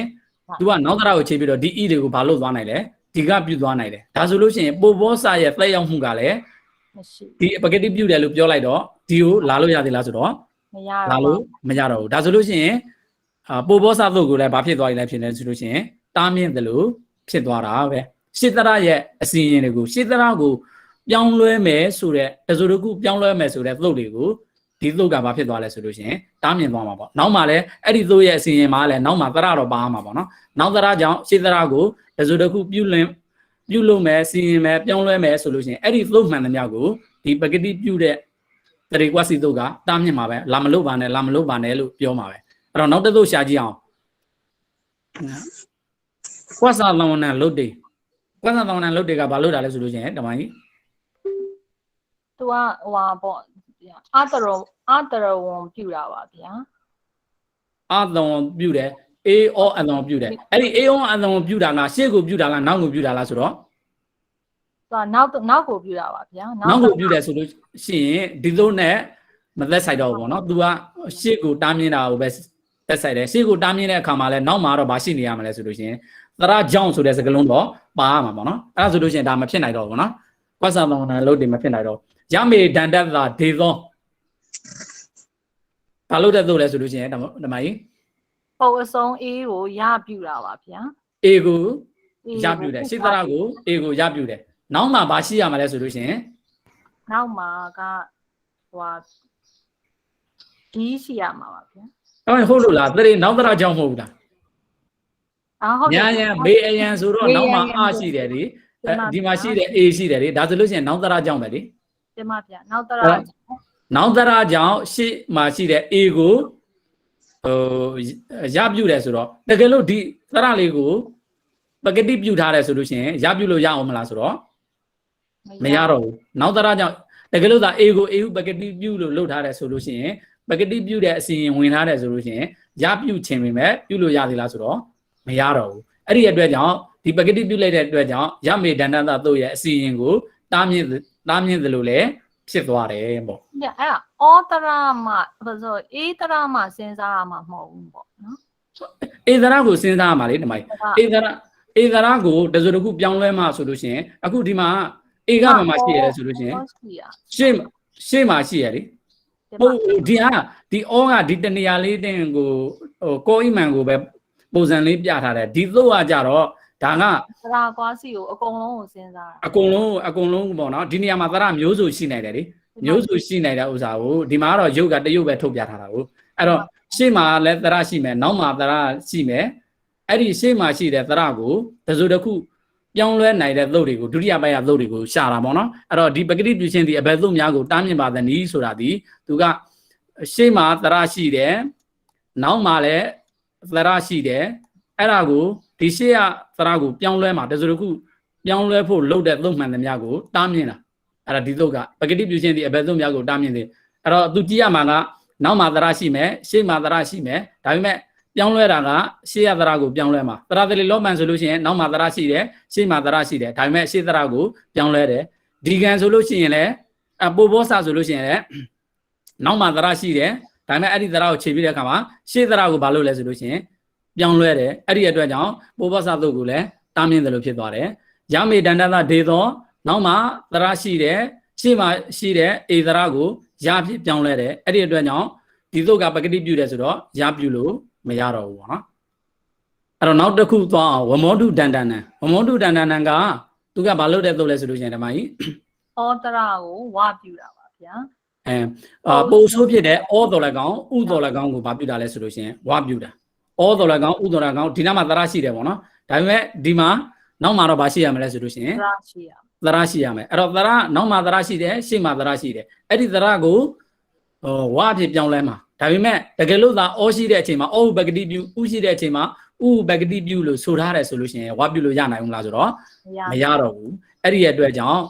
ဒီဝမောတုဒန္တနာသုတ်ကိုလည်းတားမြင့်တယ်လို့ဖြစ်သွားတယ်နောက်တစ်ခါဣဝံနောယန္နဝသုတ်ကဘာလို့တာလဲဆိုလို့ရှိရင် ဤဝန်တော့ဤကိုရပြောင်းတာပါဗျာ E နဲ့ E ကို E E နဲ့ E ကိုရပြတာပေါ့နော် E နဲ့ E ကိုရပြတယ်နောက်မှာဘာရှိရမလဲဆိုလို့ရှိရင် နောက်တရကြောင့် အသရူပသရပေါ့နော်ရုပ်သင်မတူတဲ့သရတွေရှိလိမ့်မယ်ပေါ့နော်အဲ့လိုရှိတဲ့အခါမှာဒီရှိပေမဲ့ပဂတိပြု E နဲ့ E ကို E ဟုပဂတိပြု E ဟုပဂတိပြုလို့ဆိုထားတယ်ဆိုလို့ရှိရင်အဲ့ဒီအသရူပသရကြောင့်ဒီ E ကိုဘာပြုလို့မရတော့လဲဆိုလို့ရှိရင်ရပြုလို့မရတော့ဘူးပေါ့နော်အဲ့ဒီအတွက်ကြောင့်ဒါဆိုလို့ရှိရင်ဒီတရေကွာစီတုတ်ကနောင်တရကြောင့်ရှေ့တရကိုပဂတိပြုလို့ဆိုလိုက်တဲ့အတွက်ကြောင့်နောက်တရကြောင့်ရှေ့တရကိုနောက်တရနှောင်းတဲ့အခါမှာရှေ့တရကိုတစိုးတစ်ခုခြေချင်းဒီကားပြုခြင်းရပြုခြင်းဝပြုခြင်းပြုလို့တဲ့သုတ်တွေကိုတားမြင်ရမလုပ်ပါနဲ့ဆိုတဲ့သဘောသက်ရောက်သွားတဲ့တားမြင်တဲ့သဘောရောက်ပါတယ်အဲ့ဒီအတွက်ကြောင့်ပဂတိပြုခြင်းသည်အဘက်သို့များကိုတားမြင်ပါသနည်းဆိုတာဒီအဲ့လိုသဘောပဲပေါ့နော်သဘောပေါက်အောင်ကြည့်ရမှာပေါ့နော်ဒါကတော့ဥစဉ်အခြေလေးနည်းနည်းရလို့မလို့သေချာလေးစစ်စစ်ပြတာပေါ့နော်အဲ့လိုမျိုးလေးစာကြည့်တဲ့အခါမှာလည်းအဲ့လိုလေးစစ်စစ်ပြီးတော့စာရေးထားတဲ့ဟာကိုအဲ့လိုပြန်ကြည့်ပေါ့နော်အဲ့တော့စာမျက်နှာခြေပြုတရားရဲ့စာမျက်နှာ25မှာဆရာတော်ကတော့သုတ်စင်တွေအကုန်လုံးဖော်ပေးထားပြီးတာပေါ့နော်အဲ့တော့ရှေ့ကိုသွားအောင်ပေါ့နော်ဘောဝါဒိနာမတဲ့အဲ့တော့ဘောဝါဒီနာမသူ့ကိုပုတ်ခွဲလိုက်တဲ့အခါမှာဘောဝါဒီဆိုတဲ့ပုတ်ရဲ့နာမဆိုတဲ့ပုတ်ရဲ့နှစ်ပုတ်ဘောဝါဒီဆိုတာဘာအဓိပ္ပာယ်ရလဲဆိုလို့ရှိရင်ဘောဘောဟုဆိုလေရှိသူဆိုတဲ့အဓိပ္ပာယ်ရတယ်ပေါ့နော်ဘောဝါဒီဆိုတာဘောဘောဟုဆိုလေရှိသူနာမကတော့မြည်ဤဆိုတဲ့သဘောရတယ်ပေါ့နော်အဲ့ဒီနှစ်ခုကိုပေါင်းထားတယ်အဲ့တော့ဘောဝါဒီနာမလို့ပေါင်းထားတယ်ဥစဉ်တို့ဖြစ်ချင်တာကဘောဝါဒီနာမလို့ဖြစ်ချင်တယ်ရှိတာကဘောဝါဒီနာမဒါဆိုလို့ရှိရင်ဒီနာလေးမှာစက်ထားတယ်ဆိုတဲ့အဆက်လေးပေါ့နော်ဆက်လိုက်တဲ့အခါမှာဒီနားလေးမှာဆက်ထားတယ်ဆိုတဲ့သဘောမြင်ရတယ်။သဘောမြင်ရတယ်ဆိုလို့ရှိရင်ဦးဇင်းတို့ကဒီဟာလေးကိုရှစ်ဖို့ရဲ့အဆုံးဖြစ်တဲ့ဒီဟာလေးကိုခွင်းလိုက်တဲ့အခါမှာဒါပြီးနဲ့ဣဒရနဲ့ရတယ်ပေါ့နော်။အဲ့တော့နောက်မှာရှိတာကနာပြီးရှိတယ်ပေါ့နာမမှာရှိတယ်နာပြီးရှိတယ်။အဲ့တော့ဒါဆိုလို့ရှိရင်ဦးဇင်းတို့က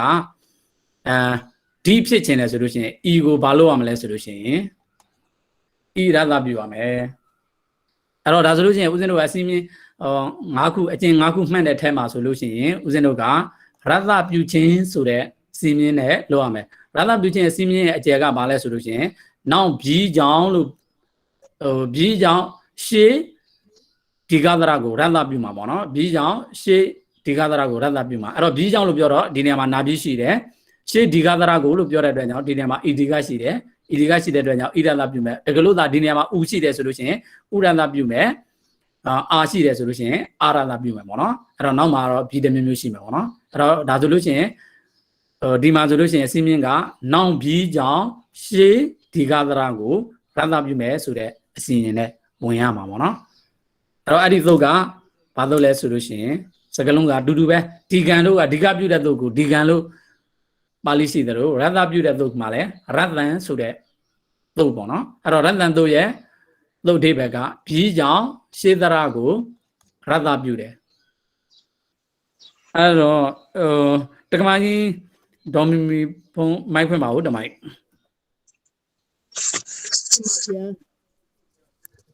ဒီမှာဗျာအဲ့တော့ရတ္တန်သုတ်ကဘီကြောင့်ရှေးသရကိုရသပြုတယ်ဆိုတော့ဒီသုတ်ရဲ့အဓိပ္ပာယ်မှာသုတ်ရဲ့အဓိပ္ပာယ်ကိုကြည့်ပြီးတော့နိမေကာရီကခွဲကြည့်ပါဦးတမိုက်ဒီပဲဘီကြောင့်ကနိမိတ်ပါဗျာရှေတရကိုကကာရီပါဗျာရတပြုကကာရီရပါဗျာရသပြုတာကာရီရပါနော်အဲ့တော့မှန်တယ်အဲ့တော့ဒါဆိုလို့ရှိရင်သူ့ရဲ့အဓိပ္ပာယ်ကဘီကြောင့်ရှေးသရကိုရသပြုတာပေါ့အဲ့တော့ယုတ်တက်ကတော့ဘောဝါဒီနာမကိုယုတ်တက်မယ်အစကပုတ်ခွဲပြီးပြီပေါ့နော်ဘောဝါဒီနာမအဲ့တော့ရှင်းပြပြီးသားဖြစ်တဲ့အတွက်ကြောင့်ဓမ္မကြီးဆိုလို့ရမရပါတော့နံပါတ်3မှာတော့ရသံဟူသောတို့ဖြင့်နောက်ဘာသရလဲဆိုလို့ရှိရင်နောက်ဘာပြီးလဲဆိုလို့ရှိရင်နပြီးကြောင့်ရှေ့မှာရှိတဲ့ဣဒရကိုဣရသပြုမယ်ပေါ့နော်အဲ့တော့ဓမ္မကြီးဒါကိုကြည့်ပြီးတော့ဆိုကြည့်ပါဦးပေါ့နော်အစကဆိုဘက်မှာရှင်းပြထားပြီးသားဆိုတော့ဒီမှာဗျာဘောဝါဒီနာမရုပ်တွေဘောဝါဒီနာမကိုဘောဝါဒီနာမဟုပုတ်တိဥပမရောတိတာမတ္တရံတရေနာဝိရောစီဟုသောသုတ်ဖြင့်ဒါပြီးကိုမုံဣတရမှာဒါပြီးကိုခွင်း၍ ရှေ့ဟူသောအောက်၌အစင်မပြတ်တည်၍ထားနောက်ရတ္တဟူသောတုတ်ဖြင့်နောက်နပြီးကြောင့်ရှေ့ဣတရာကိုဣရတ္တပြု ရှေ့ဤဇရနော် ဒီမှာပြရှေ့ဣတရာကိုရှေ့ဣတရာကိုဣရတ္တပြုနေပြန်ရုပ်တည်ဟူသောတုတ်ဖြင့်တရကင်းသောဓာပြီးကိုနောက်အတရာတို့က နော်ဘာသာရလဲဓမ္မကြီး နောက်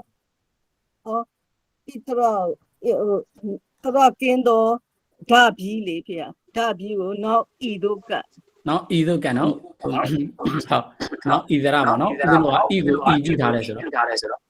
ဤပြုထားတယ်ဆိုတော့ဤရတာပြုထားတယ်ဆိုတော့နော်ဤတို့ကဦးဇင်းကအာလို့ကြားလိုက်လို့ ဟုတ်တယ်ဗျမှားရဆိုမိရပါဗျနောက်ဤတို့က နော်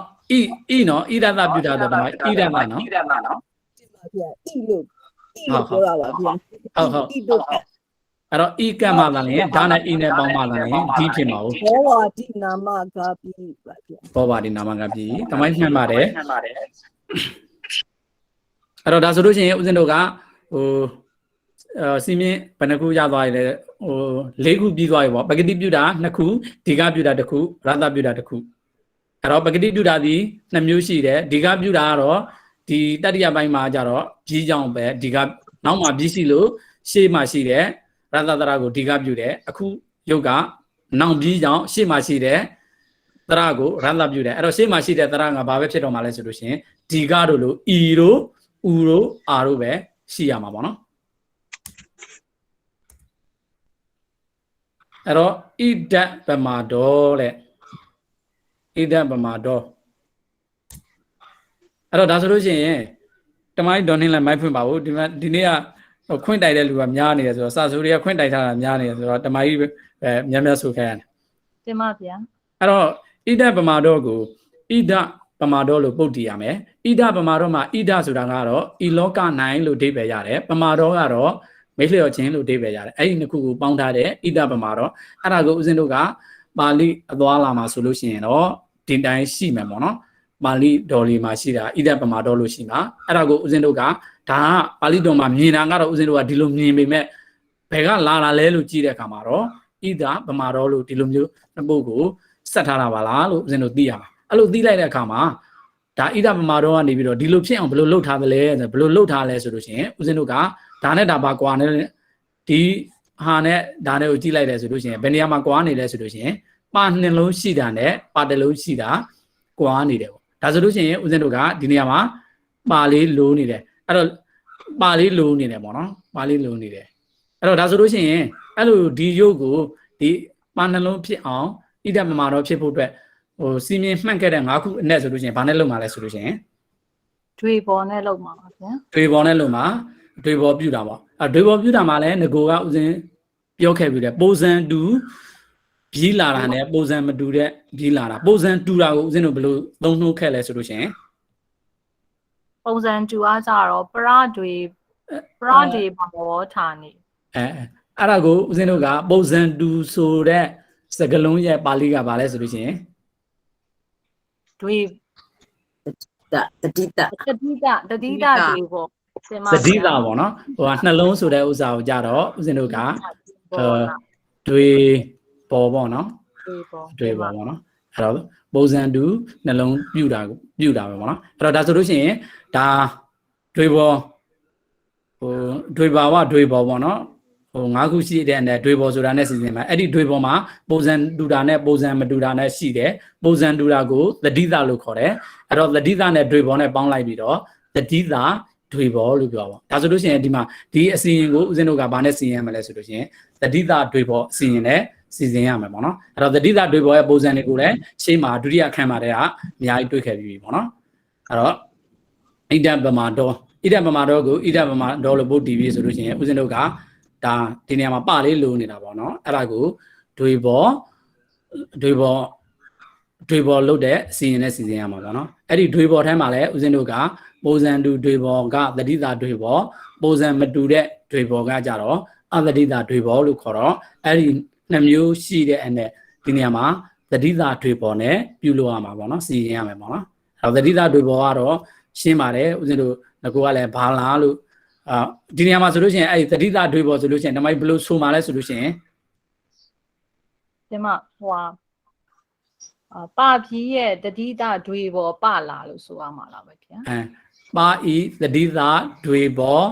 ပလာလို့ပါဤတတိတာတွေပေါ်ပလာခဲ့တာတော့စနဲ့ပတ်သက်ပြီးတော့ဆိုခဲ့တာပေါ့နော်စာဤတတိတာတွေပေါ်စလာဆိုပြီးတော့ဒီလိုမျိုးတွေဆိုခဲ့တယ်ပေါ့နော်အဲ့တော့ဒါဆိုလို့ချင်းဆိုယုကလည်းဦးဇင်းတို့တတိတာတွေပေါ်ဆိုယုကလည်းအဲ့ဒါလေးပြန်အာရုံပြုလိုက်ပေါ့နော်အဲ့တော့ဒါဆိုလို့ချင်းဒီဘက်ကိုကြည့်အောင်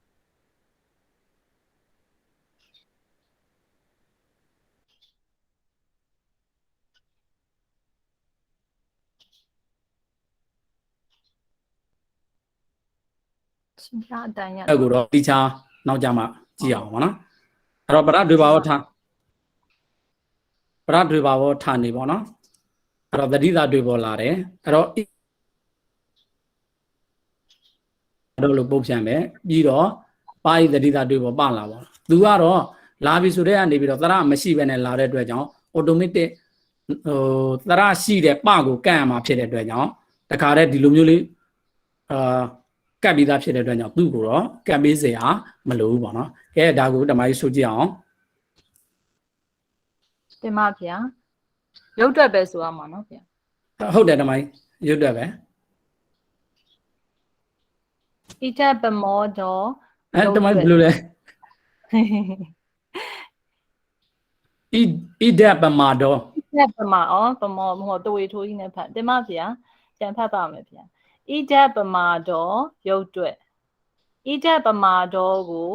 ဣဒပမာတော်ဟုပုတ်တီပရတွေဘာဝဌာနေဟုသောတုတ်ဖြင့်ပါဤတတိတာတွေပေါ်ပလာဣဒပမာတော်ကပြည်ဤပါဗျာဣဒပမာတော်ကပြည်ဤပေါ့အဲ့တော့သူမှတိချာကပ်ပေးစရာမလိုပေါ့နော်လာဆိုနေပြန်ရုပ်တည်းရဲ့အစီရင်မဝင်ပေါ့နော်သူဒီပရဒွေဘာဝဌာနေတို့ရဲ့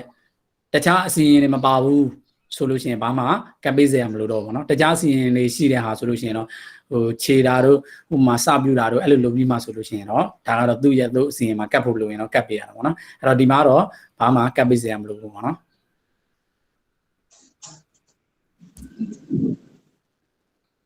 အဲ့တော့နောက်တစ်ခုသွားအောင်ပေါ့နော်သတိလဝါလေအဲ့တော့သတိလဝါတခါဥဆုံးအောင်ရှိတာမသိဘူးဒီမှာရှိပါတယ်ဗျာသတိလဝါလေအဲ့တော့မူရင်းကသတိလဝါပေါ့နော်သတိလဝါအဲ့ဒါကိုဦးဇင်းတို့ကသောသီလဝါပေါ့နော်သောထိုသူသည်သီလဝါထိုသူသည်ထိုသူသည်သီလရှိ၏ဆိုတဲ့အိဗယ်ရတယ်စကလုံးနှလုံးကိုပေါင်းထားပါနော်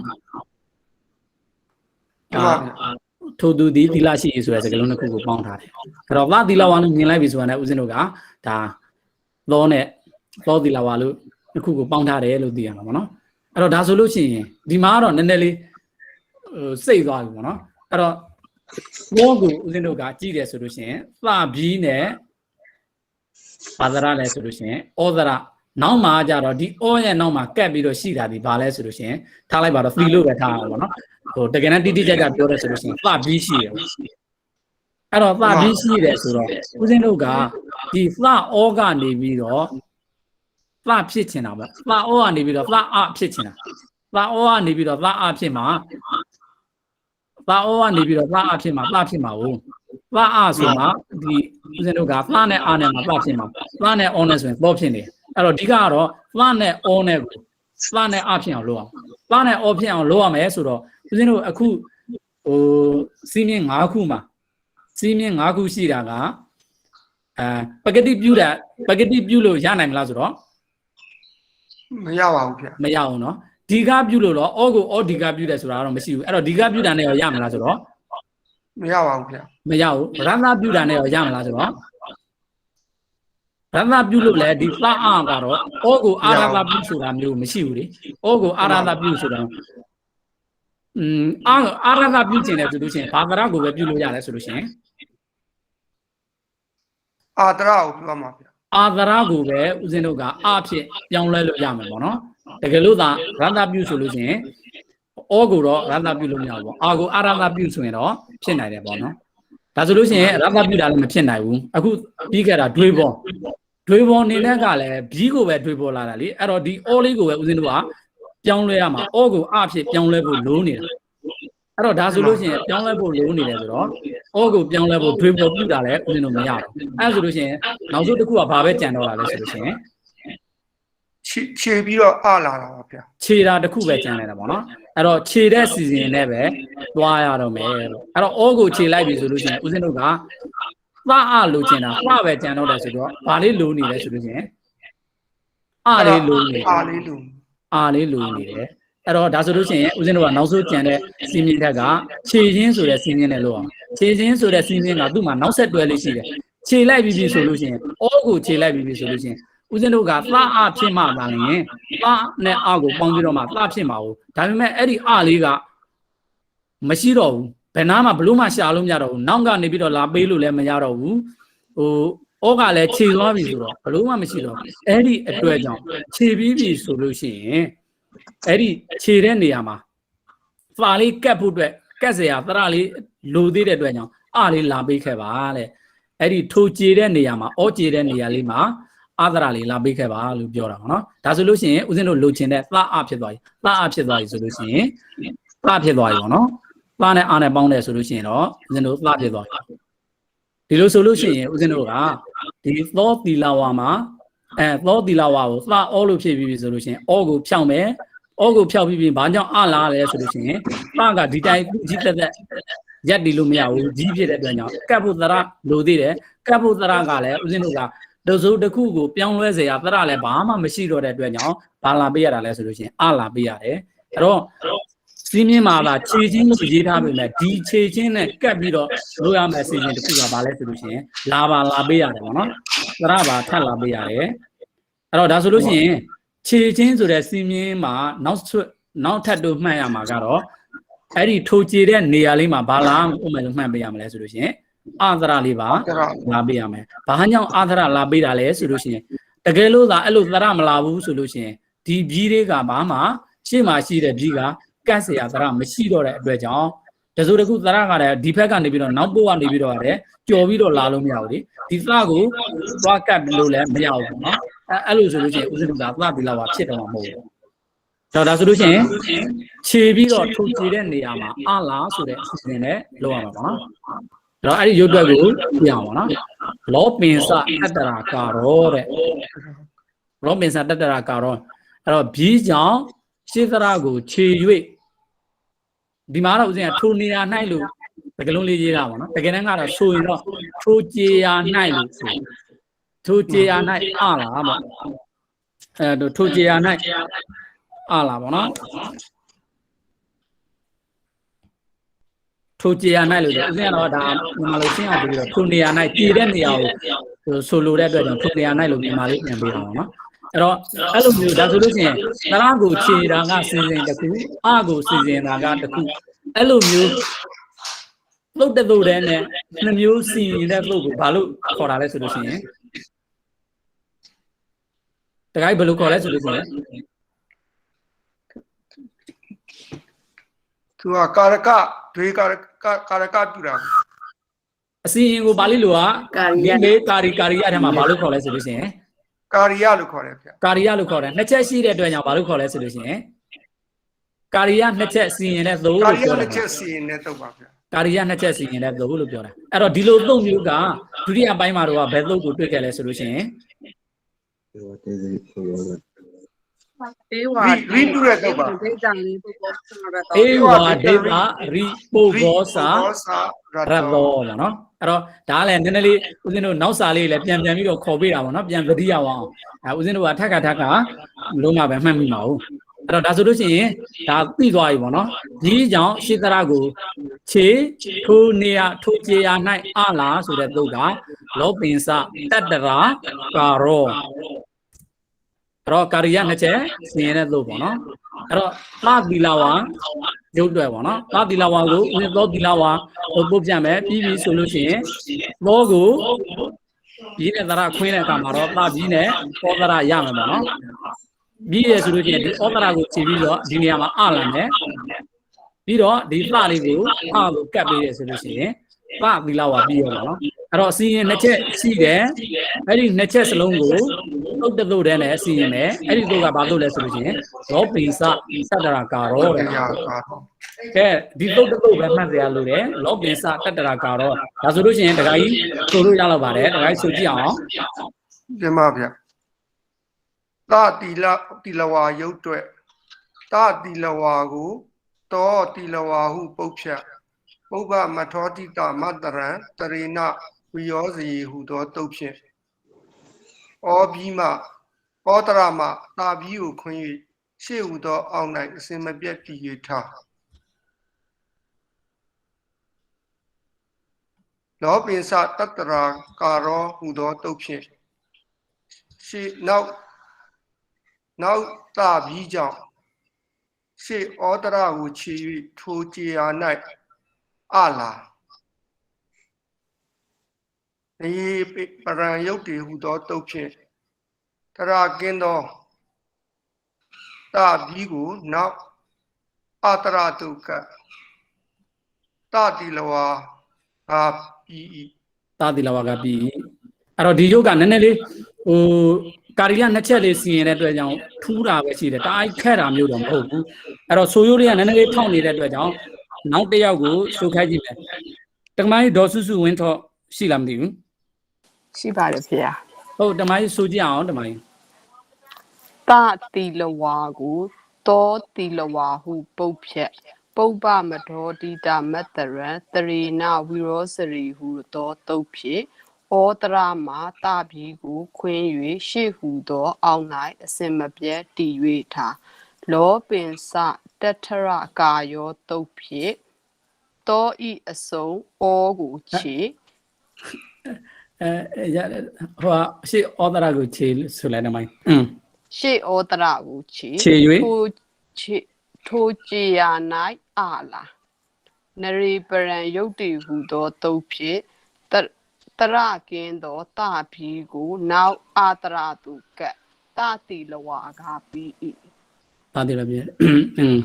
တော့နမရနေတဲ့ရာတွေကိုနည်းနည်းလေးသတိထားပြီးတော့ဆိုပေါ့နော်နည်းနည်းလေးပို့ပြီးတော့ဟိုဖြည်းဖြည်းဆိုရင်ဟိုပါပေါ့နော်မမှားတော့ဘူးပေါ့နော်အဲ့တော့ဓမ္မကြီးတို့ညင်းလဲဓမ္မကြီးမိုက်ဖွင့်ပါဦးဓမ္မကြီး တင်ပါဗျာ အဲ့တော့လောပင်စာတတရာကာရောတုတ်ကိုဦးဇင်းကနောက်မှာတော့သုတ်နဲ့ရေးထားတယ်အခုမရေးထားတဲ့အတွက်ကြောင့်အဲ့ဒီသုတ်နဲ့ကိုဓမ္မကြီးဖတ်ကြည့်လိုက်ပါဦးစာမျက်နှာ20ခု စာမျက်နှာ20ခုတင်ပါဗျာ ဟုတ် လောပြင်စာတတရာကာယောပြင်စနေစနောက်ပြီးကြောင့်လေတရာရှေတရာတို့သည်ကွာစီအချို့အရာ၌လောပံကြေပြောက်ခြင်းတို့တပ်ပွန်တီရောက်ကုန်၏တတရထိုကြေရာ၌အကာရောစအခရာလာသည်လေဟောတိဖြစ်၏တတိလဝါစသည်ဒီ အဲ့တော့ဒီနေရာမှာသုတ်နဲ့ဆိုခိုင်းတာဒီဦးဇင်းဓမ္မကြီးအာယုတေချာလေးစိုက်ထားနော်ဓမ္မကြီး တင်ပါဗျာ အဲ့တော့ဦးဇင်းတို့ရုပ်တွဲတယ်ဆိုတာအခုချိန်မှာပုတ်ဖြတ်တာတို့ဘာလို့ဆိုလို့ရှိရင်အ내ကိုကြည့်ပြီးတော့ပဲဦးဇင်းတို့ကပေါင်းထားတဲ့ဥစ္စာကိုခွဲတယ်လို့ပြောထားတယ်အဲ့ဒီအတွက်ကြောင့်ဒီသုတ်နဲ့ကိုကြည့်ပြီးတော့တတရာကာရောကိုပုတ်ဖြတ်ကြည့်စမ်းပါဦးဓမ္မကြီး တတရာကာရောကိုတတရာကာရောဟုပုတ်ဖြတ်ပါဗျာ ဓမ္မကြီးဘယ်လိုပုတ်ဖြတ်မလဲအ내ကိုကြည့်ရမှာလေတတရာဆိုလို့ရှိရင်အ내ဘယ်လိုပေးမအောင် တတရာဆိုရင်ထိုကြေရာ၌ ကာရောက ကာရောအကာရောအခရာကာရောကမဟုတ်လေဓမ္မကြီးဘာလို့ဖြတ်မှာလဲဆိုလို့ရှိရင် ကာရောကအ 내ကိုကြည့်ပြီးတော့ဦးဇင်းတို့ပုတ်ဖြတ်တယ်လို့ပြောတယ်လေအခုဓမ္မကြီးသုတ်နဲ့ကိုကြည့်ပြီးပြီဆိုလို့ရှိရင်တတရာကာရောကိုဘယ်လိုပုတ်ဖြတ်မှာလဲ တတရာကာရောတတရာအကာရောတတရနဲ့အကာရောဆိုပြီးပုတ်ဖြတ်မှာပါဗျာ တတရာအကာရောပေါ့နော်အဲ့ဒီအတွက်ကြောင့်သုံးနဲ့မှာပေးတယ်လေတတရာထိုကြေရာ၌အကာရောအခရာတိလို့ပေးတယ်အဲ့တော့တတရာအကာရောလို့ပုတ်ဖြတ်မယ်ဒါဆိုလို့ရှိရင်တတရာအကာရောကိုတတရာကာရောဖြစ်အောင်ဦးဇင်းတို့အခုသင်ခဲပြီးတဲ့နီးတွေနဲ့ပြန်ပြီးတော့စပ်ပြကြည့်ပါဦးကဲဓမ္မကြီးဆိုရွတ်ကြဆိုကြည့်လိုက်ပေါ့ ဒီမှာဗျာတတရာကာရောကိုတတရအာကာရောဟုပုတ်ဖြတ်ပုပ္ပမတော်တိတာမတရံတရေနာဝိယောဇရေဟုသောတုတ်ဖြင့်ဩတရာမှာတာ တမိုင်းဒီဟာကလေဟိုဩဒရမဟုတ်တတရကတနဲ့ရနဲ့ပေါင်းထားတာပေါ့နိတကယ်ကဒီလိုပေါ့တရစီရရည်ဒီတရဆိုတော့ဩမဟုတ်ဒီမှာရှိတဲ့ဟာလေ ရ ရအဲ့တော့အာသရမှာရာဘီကိုခွင်းပဲဆိုရမှာပေါ့နော်ဒါမှမဟုတ်ရင်အာသရမှာရာဘီလို့ပဲပြောရမှာပေါ့ အာတရာမှာယာပြီးကိုတတရာမှာယာပြီးကိုခွင်း၍အဲ့လိုဆိုရမှာဗျာ ဟုတ်တယ်ပေါ့ तू ကဒီလိုဒီတရမှာဦးဇင်းတို့ရှိတာကဘယ်လိုဖြစ်သွားမလဲဆိုလို့ရှိရင်ဒီလိုတရနဲ့အာနဲ့ဖြစ်သွားမှာဟုတ်တကယ်ကတရဆိုတော့အပဲလေတရောလို့မဟုတ်လေတရဆိုတော့ဒီနေရာမှာဒီရပင်းဒီရရစ်ဒီရာကောင်းနဲ့တူတူပဲလေအဲ့ဒီအတွက်ကြောင့်တရလို့ဖြစ်သွားမှာပေါ့အဲ့တော့တရလို့ဖြစ်သွားတာကတကယ်လို့သာဖြန့်ပြီးတော့ရေးပြကြည့်ပါဆိုလို့ရှိရင်တရမရှိတဲ့တပြီးရရာပြီးရအရအဲ့ဒါကိုပေါင်းလိုက်တော့ဦးဇင်းတို့ကဘယ်လိုဖြစ်သွားလဲဆိုလို့ရှိရင်ဒီလိုမျိုးအတန်ထွက်တာလေတရဆိုပြီးတော့အဲ့တော့ဒါဆိုလို့ရှိရင်အာသရမှာရာပြီးကိုခွင်းလို့ပဲဆိုပေါ့နော်တင်ပါဗျာပုပ္ပမတော်တိတာမတရံတရေနာဝိယောဇယေဟုသောတုတ်ဖြင့်အာတရာမှာယာပြီးကိုခွင်း၍ရှေးဟုသောအောင်း၌အစင်မပြတ်တည်၍ထားဆိုတော့အာဖြစ်သွားတယ်ဆိုတော့အာဖြစ်ချင်တာဆိုတော့ဒီပြီးတော့အာကိုအာလောက်ရမှာပေါ့နော်ဗျာအာကိုအာလုံးမှာဆိုတော့ဒီကစေတရာကိုချိန်ပါလားဗျာဒီအာကိုအာလုံးချင်တယ်ဆိုလို့ရှိရင် तू ကဒီဒုတိယဗိုက်တီကန်လို့တယ်ဆိုရင်မဖြစ်မနေဝင်ရမယ့်သုတ်ကဘာသုတ်လဲဆိုလို့ရှိရင်တရာတရေလောပံပါဗျာဒါဆိုလို့ရှိရင်ဒီတရတွေကိုခြေလိုက်ပေါ့ရှေ့မှာရှိတဲ့တရတွေဒီမှာတရာတရေလောပံဟူသောတုတ်ဖြင့်နောက်တရာကြောင့်ရှေ့အာတရာကိုခြေဒုတိယဗိုက်တီကန်တုတ်ဖြင့်အာတရာခြေပြီးတော့အာတရာအာဒီကပြုနောက်အာသရကိုအာဒီကပြုနေရပြန်ရုပ်တည်ဟုသောတုတ်ဖြင့်တရာကင်းသောတာပြီးကိုနောက်အာတရာတို့ကဘာပြီးတဲ့ဓမ္မကြီးတရာကင်းသောတာပြီးကိုတာပြီးလို့တော့ဆိုလို့မရဘူးတကယ်လို့ဆိုချင်တယ်ဆိုလို့ရှိရင်တရာတို့ဆိုရင်လည်းဆိုတရာဒါမှမဟုတ်ရာအာသုကတာအာသုကရင်ဆိုရင်ဆိုဒီမှာနှစ်ခါကတ်လိုက်မယ်ဖေ။နှစ်ခါကတ်လိုက်ဒီမှာဗျာနေပြန်ရုပ်တည်ဟုသောတုတ်ဖြင့်ရကိုအာတို့ကတာကိုလေရာတို့ကရာပေါ့နော်ရာကောင်းတယ်ဆိုတော့ရာတို့ဖတ်မှာပေါ့နော်ရာတို့ကတတရာကတတရာကာရောကပြီးပါဗျာတတရာကာရောပြီးအဲ့တော့ဒါကတော့ဘာလဲဆိုလို့ရှိရင်ဦးဇင်းတို့ကစာဆိုတာကမြင်တဲ့နေရာမှာကိုသင်ထားတဲ့ဥစ္စာတွေနဲ့ပြန်ပြီးတော့ခွဲခြမ်းစိတ်ဖြာရတယ်ပေါ့အခုတတရာကာရောကိုဘယ်လိုဆက်ထားတာလဲဆိုဦးဇင်းတို့သုံးတဲ့ကိုကြည့်လိုက်တဲ့အခါမှာတတရာထိုးကြည့်ရနဲ့အာကာရောစအာခရာတိလဲလို့ပြောတဲ့အတွက်ကြောင့်တတရာနဲ့အာကာရောနဲ့ပေါင်းထားတယ်အဲ့ဒါကိုဘယ်လိုစီးမြင်နဲ့ပေါင်းထားလဲဆိုလို့ရှိရင်တရာလက်တွေလုံးမှန်သုံးတယ်အရှိမရှိတဲ့အာသရာလေးကိုခြေပြီးတော့ဒီရန်သုံးတဲ့နောက်အာသရာကိုအာဒီကပြုထားတော့ဒီအာလေးဖြစ်နေပါလားပေါ့အာကာရောလို့အာကနေအာဘယ်လိုဖြစ်ပါလဲဆိုတာဘယ်လိုဖြစ်အောင်လုပ်ထားလဲဆိုလို့ရှိရင်ဒါဒုတိယပိုင်းအစီအရင်နဲ့စီရင်ထားပါလားလို့ဦးဇင်းတို့ကအဲ့လိုမျိုးခွဲခြားသိရမှာပေါ့နော်ဒါဒီမင်းနေရာတိုင်းမှာပုံစံပေးထားတဲ့ဟာတင်မဟုတ်ဘူးအဲ့လိုမျိုးသုံးတဲ့လေးအခုဒီတန်ဒီအကုန်လုံးတခန်းလို့ပြီးပြီဆိုလို့ရှိရင်နေတရားတွေကိုကြည့်ပြီးအနက်တွေကိုဖတ်လိုက်တာနဲ့ဟာဒါကတော့ဘယ်လိုဆက်ထားတယ်ငါတို့သင်ထားတဲ့ဗာစီမြင့်နဲ့ဒါဆက်ထားတယ်တကယ်လို့အဲ့ဒီအဆက်ကစီးမြင့်မရှိဘူးဆိုတာလုံးဝမရှိတော့ဘူးဒီဟာတန်တိပြီးသွားရဆိုလို့ရှိရင်ဒီစီးမြင့်တွေနဲ့ဆက်ကိုဆက်တက်ရမှာမဆက်တက်သေးဘူးဆိုလို့ရှိရင်ကိုတန်တိဘိုက်ကိုမကြေပုံသေးဘူးဆိုတဲ့သဘောကိုသက်ရောက်နေရပါတော့အဲ့တော့ဒါကဒီနေရာမှာတော့တရကတော့နည်းနည်းလေးနေထားလေးကိုဖြစ်တာပါနော်အော်မဟုတ်ဘူးဆိုတာတော့ဦးဇင်းတို့သိရမှာပါနော်သူ့ရဲ့စီးမြင့်ကဒီရပင်းကိုမြင်တယ်ရရည်ကိုမြင်တယ်ဆိုလို့ရှိရင်ရာကောက်ကို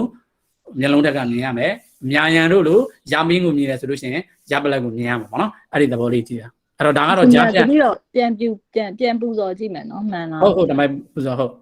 ဒီမှာဗျာတတရာကာရောကိုတတရအာကာရောဟုပုတ်ဖြတ် ဘာလဲဓမ္မကြီးတတ္တရာ တတ္တရအကာရော အာကာရော ဟုတ်တယ်နော်ဗျ ဟုတ်တယ်ဟုတ်တယ် ပြင်မဗျတတ္တရာကာရောကိုတတ္တရအကာရောဟုပုတ်ဖြတ်ပုပ္ပမတော်တိတမတ္တရံတရိနာဝိယောစရိဟုသောတုတ်ဖြင့်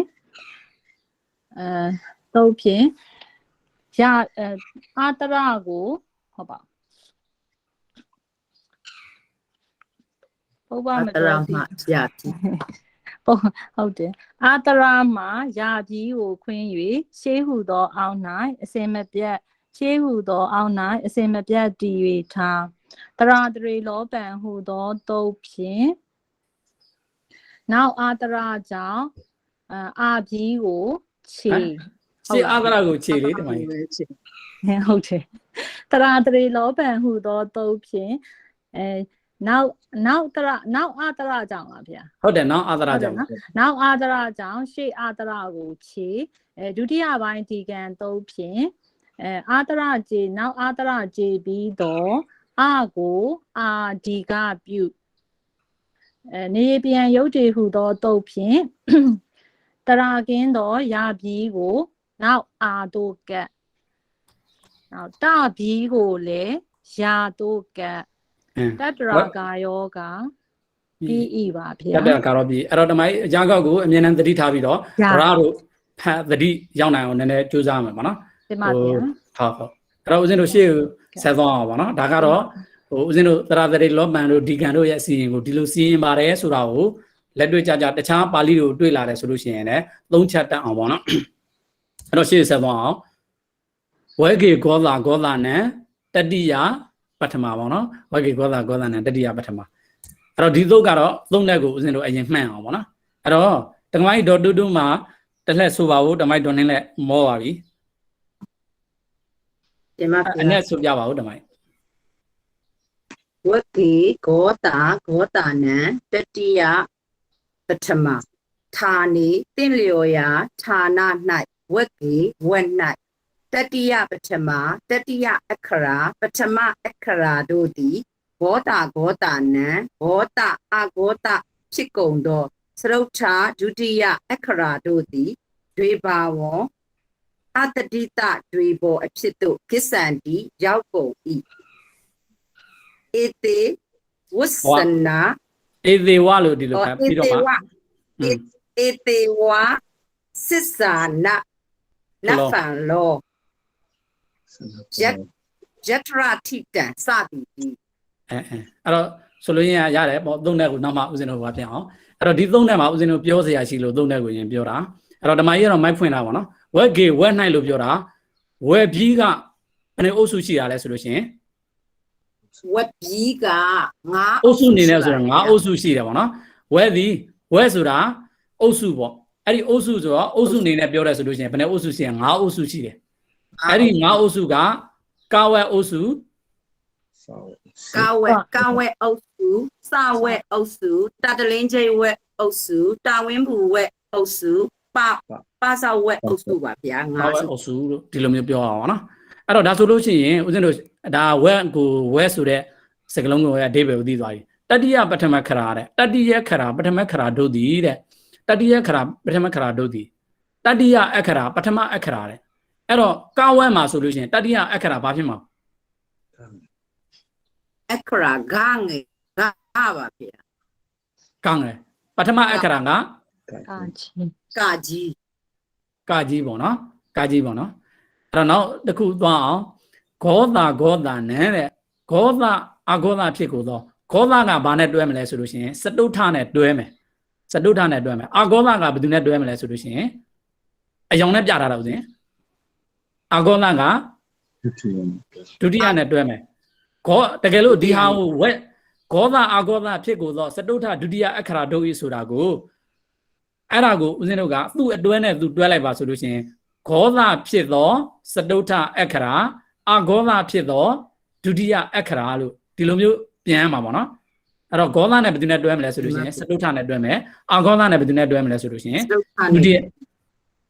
အဂောသာနဲ့ဒုတိယနဲ့တွဲမယ်ပေါ့နော်အဲ့တော့ဂောသာဖြစ်သောစတုထအခရာအဂောသာဖြစ်သော ဒုတိယအခရာဒီလိုတွဲမယ်ပေါ့နော်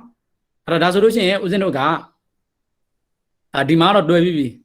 ဂောသလို့ပြောလိုက်တာဒီမှာပြောတဲ့ပါဠိမှာပြောတဲ့ဂောသပြောတာဒီစတုထအခရာကိုပြောတယ်လို့ဒီလိုသိရမှာဒီမှာပြောတဲ့အာဂောသလို့ပြောလိုက်တာဒီဘာကိုပြောတာလဲဆိုလို့ရှိရင်ဒုတိယအခရာကိုပြောတယ်လို့ဒီလိုသိရမှာပေါ့နော်ဒါအ내ကိုကြည့်ပြီးတော့ဦးဇင်းတို့အရင်ဦးဆုံးမှတ်နေခဲ့အဲ့တော့အရင်ဦးဆုံးမှတ်နေပြီးတော့အဲ့ဒါလေးကိုပဲအခုမှတ်လိုက်ပြီးတော့ဒါလေးကိုလည်းဦးဇင်းကပြောချင်သေးတယ်ဂောသနံကိုတက္ကမကြီးရပဲတက္ကမကြီးဒေါ်တူတူမှာပဲသုံးတဲ့ကိုကြည့်ပြီးတော့ဂောသနံကိုပုတ်ဖြတ်ပြီးတော့ရုပ်တက်ကြည့်တာပေါ့တမိုင်း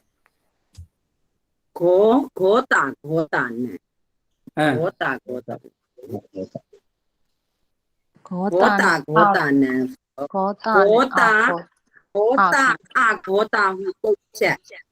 အဲ့တမိုင်းဆိုတဲ့အတိုင်းဦးဇင်းရေးပြမယ်နော်ဂောတာနံကိုဂောတာအဂောတာဟုအဂောသူကမူရင်းကဂောတာနံဆိုတော့ဒီလိုပဲဆိုအောင်ပါနော်ဂောတာအဂောတာနံလို့ပုတ်ဖြတ်ပေါ့ဒီမှာဗျာဂောတာအဂောတာနံအဲ့တော့ရုပ်တက်ကြည့်တာပါဦးတမိုင်းအဂောတာနံဆိုရင်ရုပ်တက်ရင်နံပါတ်2သရနဲ့ဘီနဲ့ခွဲမယ်သရနဲ့ဘီနဲ့ခွဲမှာပုပ္ပမတော်တိတမတ္တရံတရိနာဝိယောစီဟုသောတုတ်ဖြင့်အာတရမှာတဘီကိုခွင်းဘာသရလို့တမိုင်းဂောတာလေဂောတာအဂောတာနံလို့ပုတ်ပြတယ်ဂောတာအဂောတာဒီမှာဗျာဂောတာဒါဆိုလို့ရှိရင်ဘာကိုခွင်းရမှာလေဒီမှာပြန်ပြောပုပ္ပမတော်တိတမတ္တရံတရိနာဝိယောစီဟုသောတုတ်ဖြင့်အတရမှာတဘီကိုခွင်း၍ရှေ့ဟုသောအောက်၌အစင်မပြတ်တည်၍ချပြီးရင်သူကတာဖြစ်ချင်တာဆိုတော့ဘာကိုပြောင်းမှာလဲဘာကိုဖြစ်ချင်လဲအောက်စင်းတို့အာလိုချင်တယ်ဒီကအကိုအာပြောင်းမလားဒီအကိုအာပြောင်းမလားဆိုတော့နောက်ကအကိုအာဖြစ်ပြောင်းမှာဒါဆိုလို့ရှိရင်ရှေ့ကပိုတဲ့အကိုရှေ့မှာပါဗျာရှေ့အကိုချိန်မှာဆိုတော့ဘယ်လိုသရတရေလောပန်တုတ်ဖြင့်ဟူသောတုတ်ဖြင့်နောက်အာတရာကြောင့်ရှေ့အာတရာကိုချေအာမဟုတ်နော်အာနော်ဓမ္မကြီးဦးစင်းနာအာလို့ကြားတယ်နောက်အာတရာကြောင့်ရှေ့အာတရာကိုချေဒုတိယပိုင်းဒီကံဟူသောတုတ်ဖြင့်ဒုတိယပိုင်းဒီကံဟူသောရှေ့အာတရာကြည်ပြီးတော့နောက်အာတရာကိုအာဒီကပြုဒါဆိုလို့ရှိရင်နေပယံရုပ်တွေဟူသောတုတ်ဖြင့်တရကင်းသောတပြီးကိုနောက်အာတရတို့ကဂောတာအဂောတာတမင်းဒီမှာလေဒီပုတ်ပြန်ဖြစ်မှာလေကတ်လိုက်ပြီဆိုတော့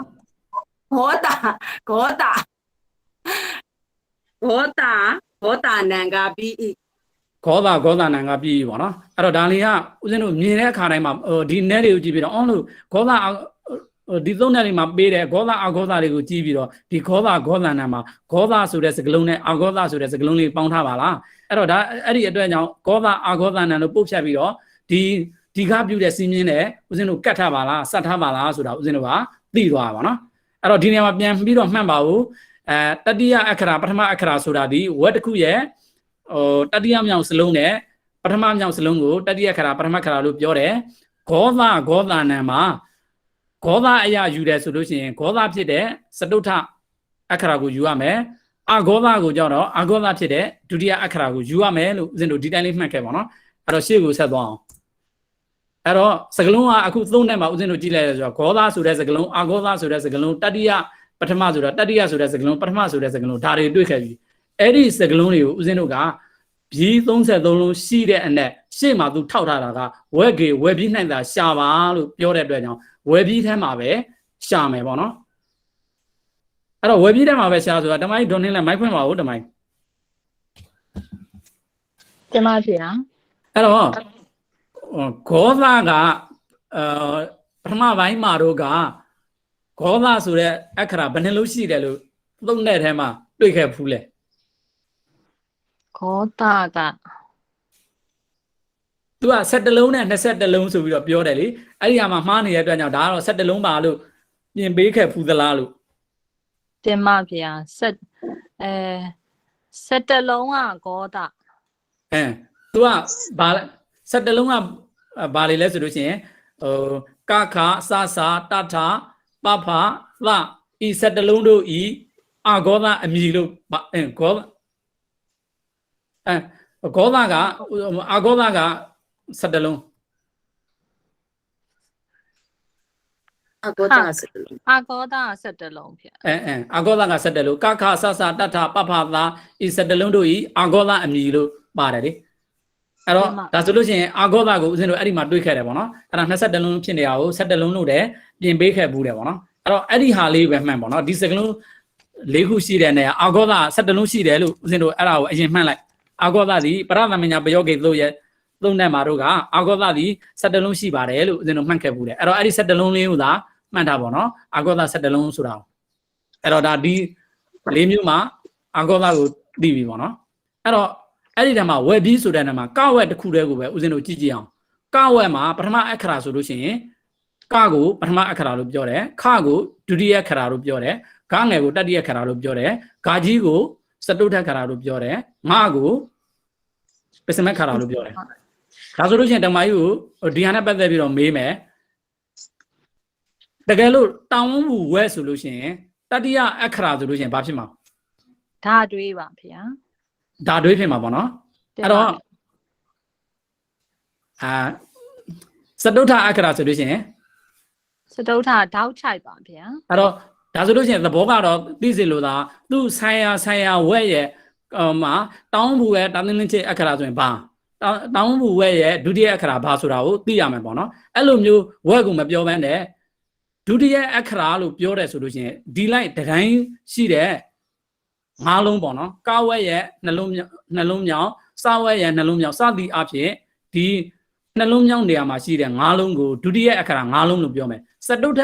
ခရာလို့ပြောတယ်စတုထအခရာလို့ပြောတယ်ဆိုလို့ချင်းဂါကြီးအောက်မှာရှိတဲ့ဂါကြီးနဲ့တဒန်းတဲ့ဝယ်ပြီးထဲမှာပေါ့နော်ဟိုးအောက်ဒီအောက်ဝက်မပါဘူးဝယ်ပြီးတဲ့ဒီဘယ်နှလုံးရှိမှာလဲဆိုလို့ချင်းငါးလုံးရှိမှာပေါ့နော် ငါးလုံးရှိမှာ ငါးလုံးရှိမှာပဲဥပမာကာဝက်ငါးလုံးဒီအလျားလိုက်ပြောတယ်ဆိုလို့ရှိရင်တော့ကာဝက်ငါးလုံးစဝက်ငါးလုံးတဝက်ငါးလုံးတဝက်ငါးလုံးပဝက်ငါးလုံးလို့ပြောလိုက်ဒီလိုဒေါင်းလိုက်ပြောမယ်ဆိုလို့ရှိရင်ပထမအခရာငါးလုံးဒုတိယအခရာငါးလုံးတတိယအခရာငါးလုံးစတုထအခရာငါးလုံးပစ္စမအခရာငါးလုံးဆိုတာကိုဦးဇင်းတို့သိရမှာပေါ့နော်အဲ့တော့အဲ့ဒါသိပြီဆိုလို့ရှိရင်ဝဲမှာဝဲထဲမှာပဲပေါ့နော်ဒီကဝဲလေးမှာဂောသအာဂောသခွဲတယ်ဆိုလို့ရှိရင်ဦးဇင်းတို့ကပထမဦးဆိုကခအစစတထပဖသဆိုတဲ့အထက်မှာအဲ့ဒီကခကဘယ်ထဲပါလဲဆိုလို့ရှိရင်အာဂောသထဲပါတယ်နော်အဲ့တော့ပထမနဲ့ဒုတိယကိုဘာလို့မှတ်လိုက်လဲဆိုလို့ရှိရင်အာဂောသပေါ့နော်အဲ့တော့ဂါဂငါဇာဇညာတာရဏပပယာလာလာဝဟာလာဤ21လုံးတို့ဤဂောသအမည်လို့ပြောတော့ဒီနောက်3လုံးကကြတော့ဘာလဲဆိုလို့ရှိရင်ဂောသ ဂောဒ အဲ့တော့ဝက်တစ်ခုမှာကဝက်နဲ့ဂောသနဲ့အာဂောသနဲ့ခွဲတယ်ဆိုလို့ရှိရင်ရှင်းနှလုံးကိုဘာလို့ပြောရလဲဆိုလို့ရှိရင် အာဂောဒပါဗျာ အာဂောသလို့ပြောတယ်နောက်နှလုံးကိုနောက်3လုံးကို နောက်သုံးလုံးကိုဂောဒလို့ ဂောသလို့ပြောတယ်ဒါဆိုလို့ရှိရင်ဦးဇင်းတို့ကဒီပထမဆိုတဲ့ဒုတိယတတိယဆိုတဲ့ဟာကိုလည်းသဘောပေါက်ပြီပထမဆိုတာလည်းသဘောပေါက်ပြီဂောသဆိုတာဝဲရဲ့နောက်3လုံးကိုပြောတယ်ဆိုတာလည်းသိပြီအာဂောသဆိုတာဝဲရဲ့ရှေ့ပထမခရာနဲ့ဒုတိယခရာနဲ့ကိုပြောတယ်ဆိုတာလည်းသိပြီပေါ့နော်အဲ့လိုသိတဲ့အခါမှာ तू ကအတွဲကဒီငါးလုံးထဲမှာမှနှစ်တွဲပဲတွဲရမယ်ဆိုတော့တစ်ခုကတော့ပိုကိုပိုးရမှာပိုးနေတော့သူ့ကိုခြံလိုက်တယ်အဲ့တော့ဒီဟာကိုနှစ်တွဲရအောင်တွဲပါဆိုတော့အဲ့တော့လေးလုံးပဲဖြစ်ရတော့မှာလေးလုံးပဲဖြစ်ရမှာတော့နောင်ဆိုးတစ်ခုကိုခြံလိုက်တယ်အဲ့တော့မင်းက3လုံးဖြစ်နေတဲ့အတွက်ကြောင့်တစ်လုံးဖြုတ်လိုက်ပြီဂောသတစ်လုံးကိုဖြုတ်လိုက်ပြီအဲ့တော့ဂောသတက်က2လုံးကြံပြီအာဂောသထက်က2လုံးကြံပြီ နှလုံး အာဂောသထက်က2လုံးပေါ့နော်2မျိုးဂောသထက်က2မျိုးကြံတယ်အဲ့ဒါကိုတွဲပေးရမှာတွဲပေးတဲ့အခါမှာဦးဇင်းတို့ကအခုကဘာတွက်လာလဲဆိုလို့ရှိရင်အာသတိတတွေးပေါ်အာသတိတတွေးပေါ်လာတော့ဟိုမှာတော့ပရှိနေတဲ့ပလာဆိုတော့ဘာမှဖြစ်စရာမလိုဘူးဥမာစရှိနေတဲ့အတွက်ကြောင့်စလာဆိုတော့ဘာမှထူးထူးထွေလိုစရာမလိုအဲ့တော့ဒီမှာကဘယ်အခရာရှိနေမှာလဲဘယ်အခရာလာမှာလဲဆိုတဲ့သဘောကိုဦးဇင်းတို့ကြည့်ရတော့မှာပေါ့နော်အဲ့တော့အတွဲကဘာလဲဆိုလို့ရှိရင်ပထမနဲ့ဒုတိယနဲ့တွဲတတိယနဲ့စတုထနဲ့တွဲမှာပဲ အဲ့တော့အတွဲကိုပဲကြည့်ဦးပေါ့နော်သုံးနဲ့အစင်ကိုသွားမကြည့်နဲ့ဘူးသူတွဲတဲ့အခါမှာဘယ်သူကမူရင်းအမြဲတမ်းရှိနေမှာလဲဆိုလို့ရှိရင်ဒုတိယကရှိနေမှာလာမှာကဘယ်သူကလာမလဲဆိုလို့ရှိရင်ပထမကလာမှာနောက်အတွဲမှာဆိုလို့ရှိရင်ဘယ်သူကအရင်ရှိနေမှာလဲဆိုလို့ရှိရင်စတုထကအရင်ရှိနေမှာလာမှာကဘယ်သူကလာမှာလဲဆိုလို့ရှိရင်တတိယအခရာလာမှာပေါ့နော်အဲ့တော့ဒါဆိုလို့ရှိရင်ဂောသနံမှာသူကဂောသဖြစ်တော့ဘာအခရာလို့ပြောခဲ့တယ် Yeah ဂောသ ဂောသဖြစ်တော့စတုထအခရာ စရုထအခရာ အာဂောသဖြစ်တော့ အာဂောသဖြစ်တော့ ဒုတိယအခရာလို့ပြောခဲ့တယ်ပေါ့ တင်ပါဗျာ ဝေကေဂောသနံတတိယပထမမှာဂောသနံကိုအနက်ပေးတဲ့အခါမှာဂောသအာဂောသဖြစ်တော့စတုထဒုတိယဆိုတာကိုတစ်ကြောင်းနှစ်ကြောင်းခွဲပြီးတော့ပြောပါဆိုလို့ရှိရင်ဂောသဖြစ်တော့စတုထအခရာအာဂောသဖြစ်တော့ ဒုတိယ အခရာဒါဆိုလို့ရှိရင်ဂောသနံဆိုတာကမူလအရင်ရှင်းနေမဲ့အခရာကိုပြတာဒါဆိုလို့ရှိရင်မူလရှင်းနေမဲ့အခရာဒီဒုတိယတန်းကအကုန်လုံးရှိနေနိုင်တယ်စတုထအခရာ၅လုံးရှိနိုင်တယ်နော်အဲ့တော့ထပ်ပြီးတော့ပွားလာမဲ့ဥစ္စာကဘာလို့လဲဆိုလို့ရှိရင်တတိယပထမပေါ့နော်တတိယအခရာဘယ်နှလုံးရှိလဲဆိုလို့ရှိရင်၅လုံးပထမအခရာ ၅လုံးပါ ၅လုံးရှိတယ်ပေါ့နော်အဲ့တော့၅လုံးကိုဆိုင်ရာကိုပဲတွဲပေးရမှာခရှိနေရင်ဘယ်သူလာမလဲကလာမယ်ဂါကြီးရှိနေရင်ဘယ်သူလာမလဲဆိုလို့ရှိရင် ဟာလား ကလာမယ်ဥပမာစဇာပြင်ဆွဲရှိနေတဲ့အတွက်ကြောင့်ဂလာဆိုပြီးတော့လာလို့မရဘူး तू ကသူ့တန်းလိုက်ပဲလာမှာပေါ့နော်စဝက်အချင်းချင်းပဲလာမှာကဝက်အချင်းချင်းပဲလာမှာအတ္တတိသပုံစံမတူဘူးလာချင်တာလာလို့မရဘူးပေါ့နော်အဲ့တော့စတုထဒုတိယအနံပေါ့နော်ဂောသအာဂောသနံကိုဦးဇင်းတို့ပြောခဲ့ပြီးပြီဂောသဖြစ်တော့စတုထအခရာဂောသဖြစ်တော့စတုထအခရာအာဂောသဖြစ်တော့ဒုတိယအခရာလို့အဲ့ဒါကိုပါဠိမှာရှိတာဝက်ကေဂောသနံတတိယပထမဆိုတဲ့ဥစ္စာကိုဦးဇင်းတို့ဂောသနံကိုဂောသဆိုတာဘယ်နှလုံးမြောက်အခရာကိုပြောတာလဲဆိုလို့ရှိရင်ဘယ်အတန်းကိုပြောတာလဲဆိုလို့ရှိရင်စတုထတန်းကိုပြောတဲ့အတွက်ကြောင့်စတုထလို့မြင်လိုက်နောက်မှာရှိတဲ့အာဂောသကိုတော့ဘယ်အာဂောသနှစ်မျိုးရှိတဲ့အနေဘယ်အတန်းကိုပြောလို့တာလဲဆိုလို့ရှိရင်ဒုတိယကိုပြောလို့ရင်းဖြစ်တာပေါ့နော်ဂောသကပြောလိုက်တာကသုံးတန်းရတယ်ပေါ့တတိယတန်းရဲ့စတုထရဲ့ပစ္စမတန်းရဲ့လို့ရှိပေမဲ့ဒီနေရာမှာမူရင်းအရာရှိနိုင်တဲ့ဂောသကိုပြောတဲ့အတွက်ကြောင့်ဒီနေရာမှာရှိနေတာဒီ၄တန်းမြောက်အခရာ၅လုံးသာ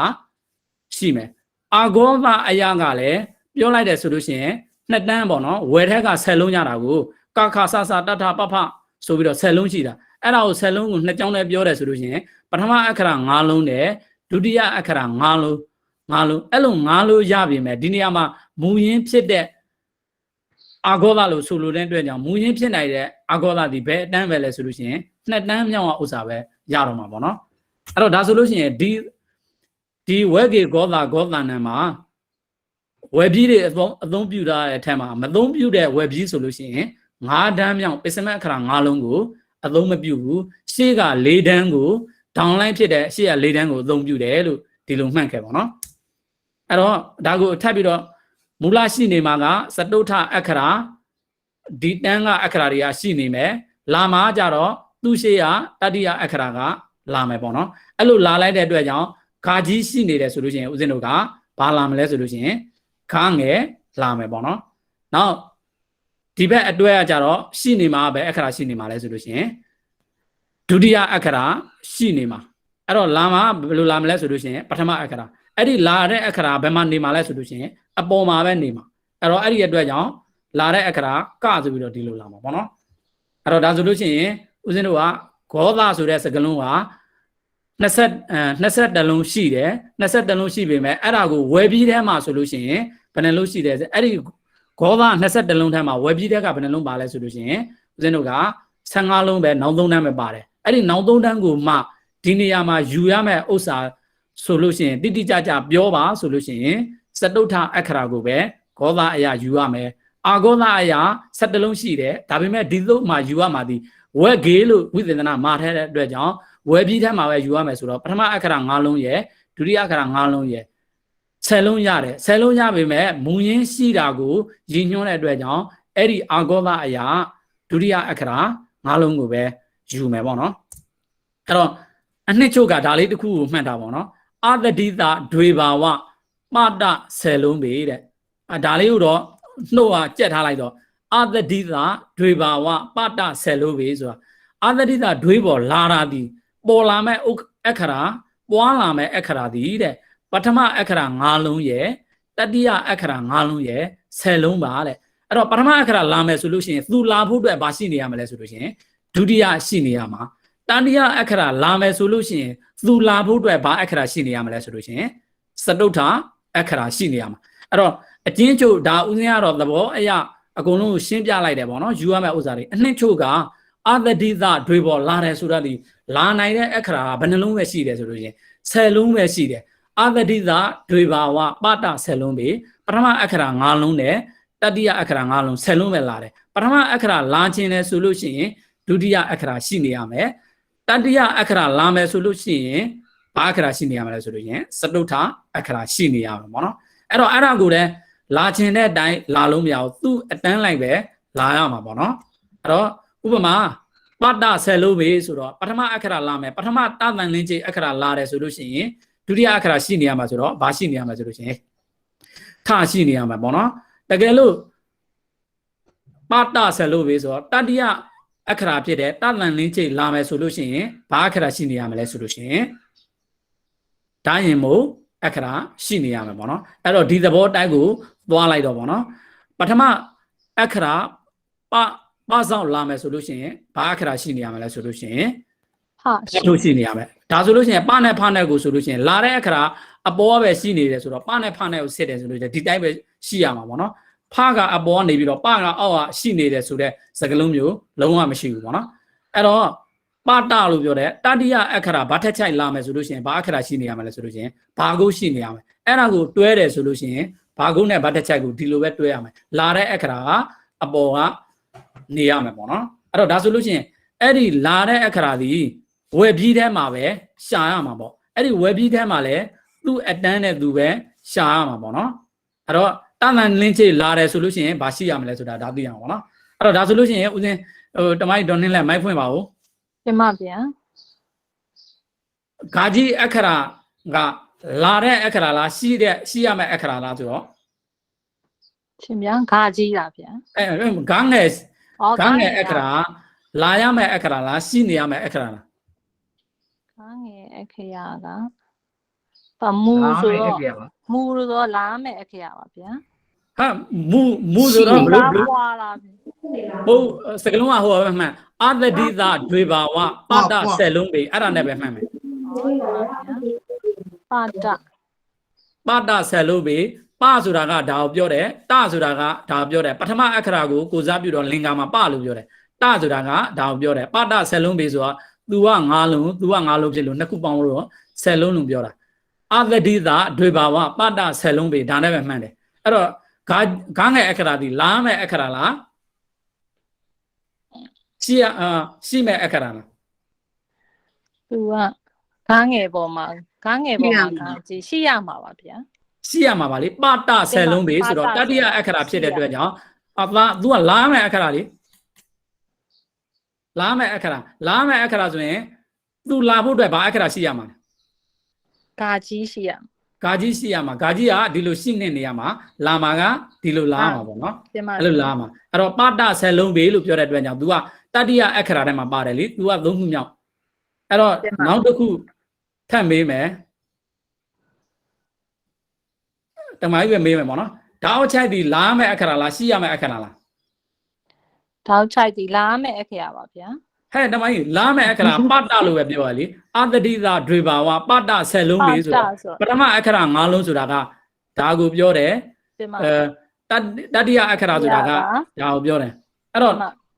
လာမဲ့အခရာလားရှိရမဲ့အခရာလားရှင်ဗျာဘယ်စကားလုံးမေးလိုက်တာလဲဗျာဒီမှာတောက်ချိုက်တောက်ချိုက်ကိုမေးရလားတင်မဗျာပြီးတော့ဝိုင်းနေရောပါတောက်ချိုက်ဆိုလို့ရှိရင်ဟိုကသူကရှိရမယ်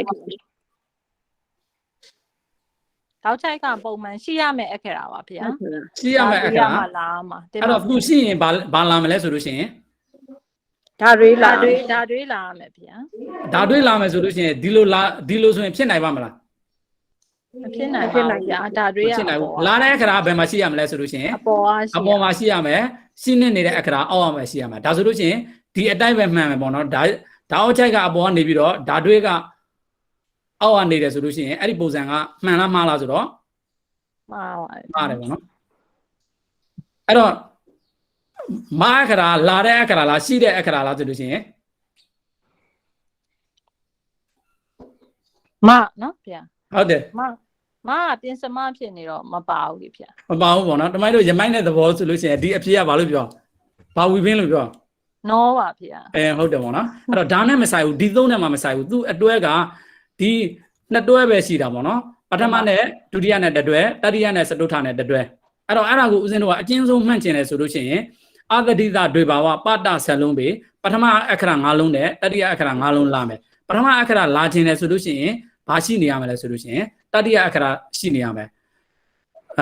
တတိယအခရာလာမယ်ဆိုလို့ရှိရင်ဘာရှိနေရမလဲဆိုလို့ရှိရင်စတုထအခရာရှိနေရမယ်အဲ့လိုရှိတာလေသူ့အတန်းလိုက်ကောက်ဝဲဆိုရင်ကောက်ဝဲစဝဲဆိုရင်စဝဲတာတန်တန်လင်းချင်းဝဲဆိုလို့ရှိရင်တန်တန်လင်းချင်းဝဲရှိတယ်ရှိနေတာကဓာတွေးရှိတာကထောင်ဝန်းဘူးထဆင်တူရှိနေတယ်အဲ့ထဆင်တူရှိနေတာကိုစလာဆိုပြီးတော့စနဲ့ထနဲ့ကိုအဲ့လိုတွဲလို့မရအောင်နော်အာသတိကပုံစံမတူဘူးဆိုပြီးတော့လာလို့ဒီလိုလာမယ်ထရှိနေရင်ဘယ်သူပဲလာမလဲဆိုလို့ရှိရင် တာဝင်းဘူးပဲ တောင်းဝယ်လာမယ်ပေါ့နော်ဒါဆိုလို့ရှိရင်ရှိနေရမယ်သရနဲ့လာမယ်သရရှိနေရမယ်ဘီးနဲ့ရှိနေရမယ်အခရာနဲ့လာမယ်အခရာဒီလောက်ဆိုရင်တော့ကွဲလောက်ပြီပေါ့နော်အချင်းချုပ်မှတ်မယ်ဆိုလို့ရှိရင်အာသတိသာဒွေဘာဝပတ္တဆက်လုံးပဲဆိုတာအဲ့ဒါလေးကိုပဲမှတ်ပေါ့နော်အဲ့တော့အာဂောသကဦးဇင်းတို့7လုံးရှိတယ်ပေါ့7လုံးကပထမအခရာဒုတိယအခရာ10လုံးရဲ့5လုံးရဲ့10လုံးနဲ့သာအဝဲတဲ့ကလာအခရာနဲ့7လုံးရှိတယ်ပေါ့နော်အာဂောသကဝယ်တဲ့က15လုံးပေါ့နော်တတိယရဲ့စတုထရဲ့ပိစမရဲ့5လုံးနဲ့အဲ့ဒါဆိုလို့ရှိရင်15လုံးဆိုလို့ရှိရင်16 19 18 19 20 21အဲ့တော့အာဂောသက21လုံးပေါ့အဝဲတဲ့ကသူကဘယ်နှလုံးပါလဲဆိုလို့ရှိရင်6လုံးနဲ့ဝယ်ပြီးတဲ့က15လုံး21လုံးပေါ့ဒါပေမဲ့ဒီသုံးမှာသုံးပြုသွားတဲ့ဝေကေဂောသနဲ့တတိယပထမသုံးမှာအသုံးပြုသွားတဲ့အခရာတိဘယ်ထဲကပဲအသုံးပြုသွားလဲဆိုလို့ရှိရင်ဝယ်ပြီးတဲ့ကပဲအသုံးပြုသွားတယ်လို့မှတ်သွားမှာပေါ့နော်အဲ့ဒီအတွက်ကြောင့်လဲဥစဉ်မှတ်စုမှာနှစ်ခုခွဲထားပါပေါ့နော်ဝယ်ပြီးနဲ့အဝယ်ပြီးတဲ့ကိုခွဲထားတယ်အဲ့ဒါကိုဝယ်ပြီးထဲမှာပဲအသုံးပြုသွားတယ်လို့ကျွန်တော်မှတ်မှာပေါ့နော်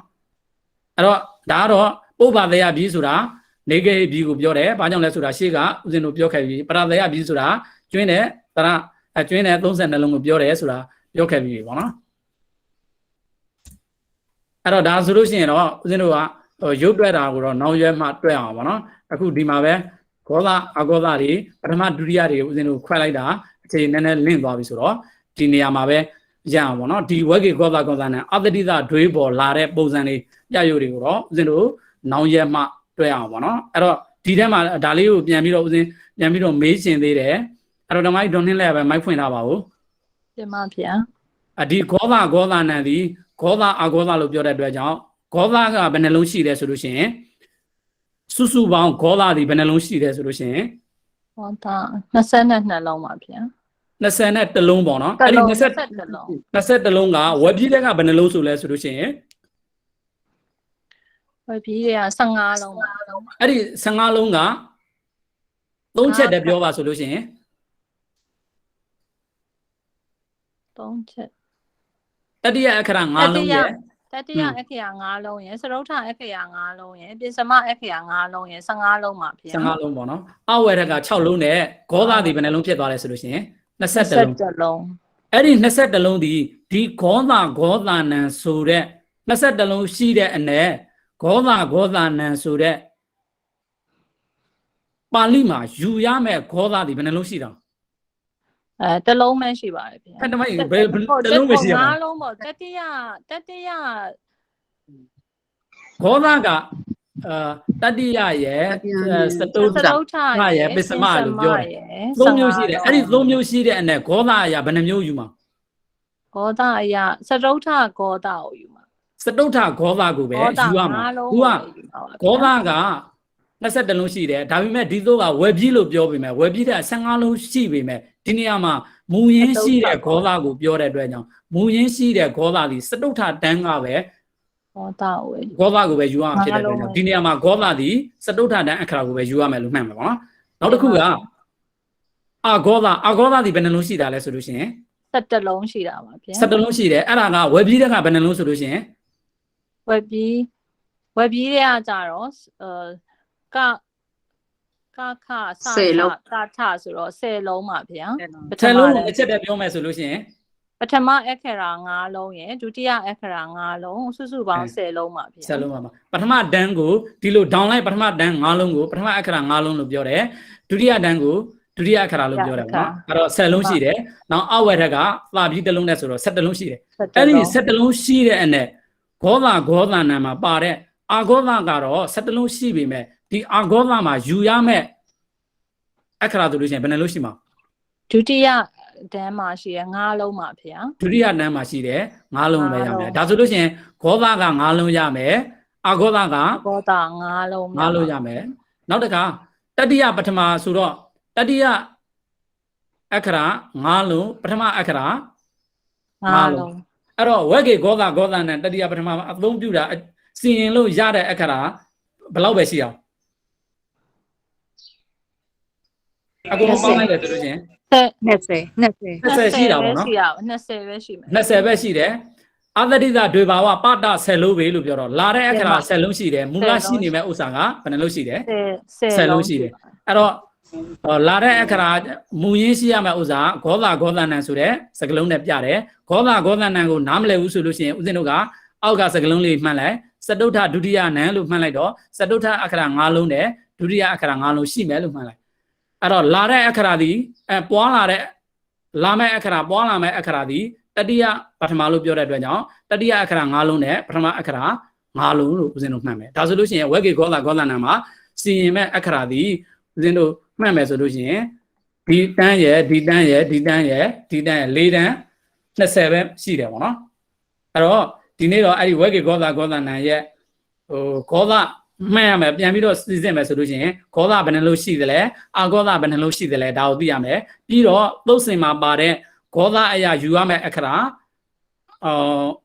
အာဂောသအရာယူရမယ့်အခရာဘယ်နှလုံးရှိတယ်ဆိုစီစစ်ရမယ်နောက်တစ်ခုကဒီသုံးမှာစီရင်တဲ့အခရာဘီ33လုံးရှိပြီမဲ့အဲ့ဒီဘီ33လုံးထက်က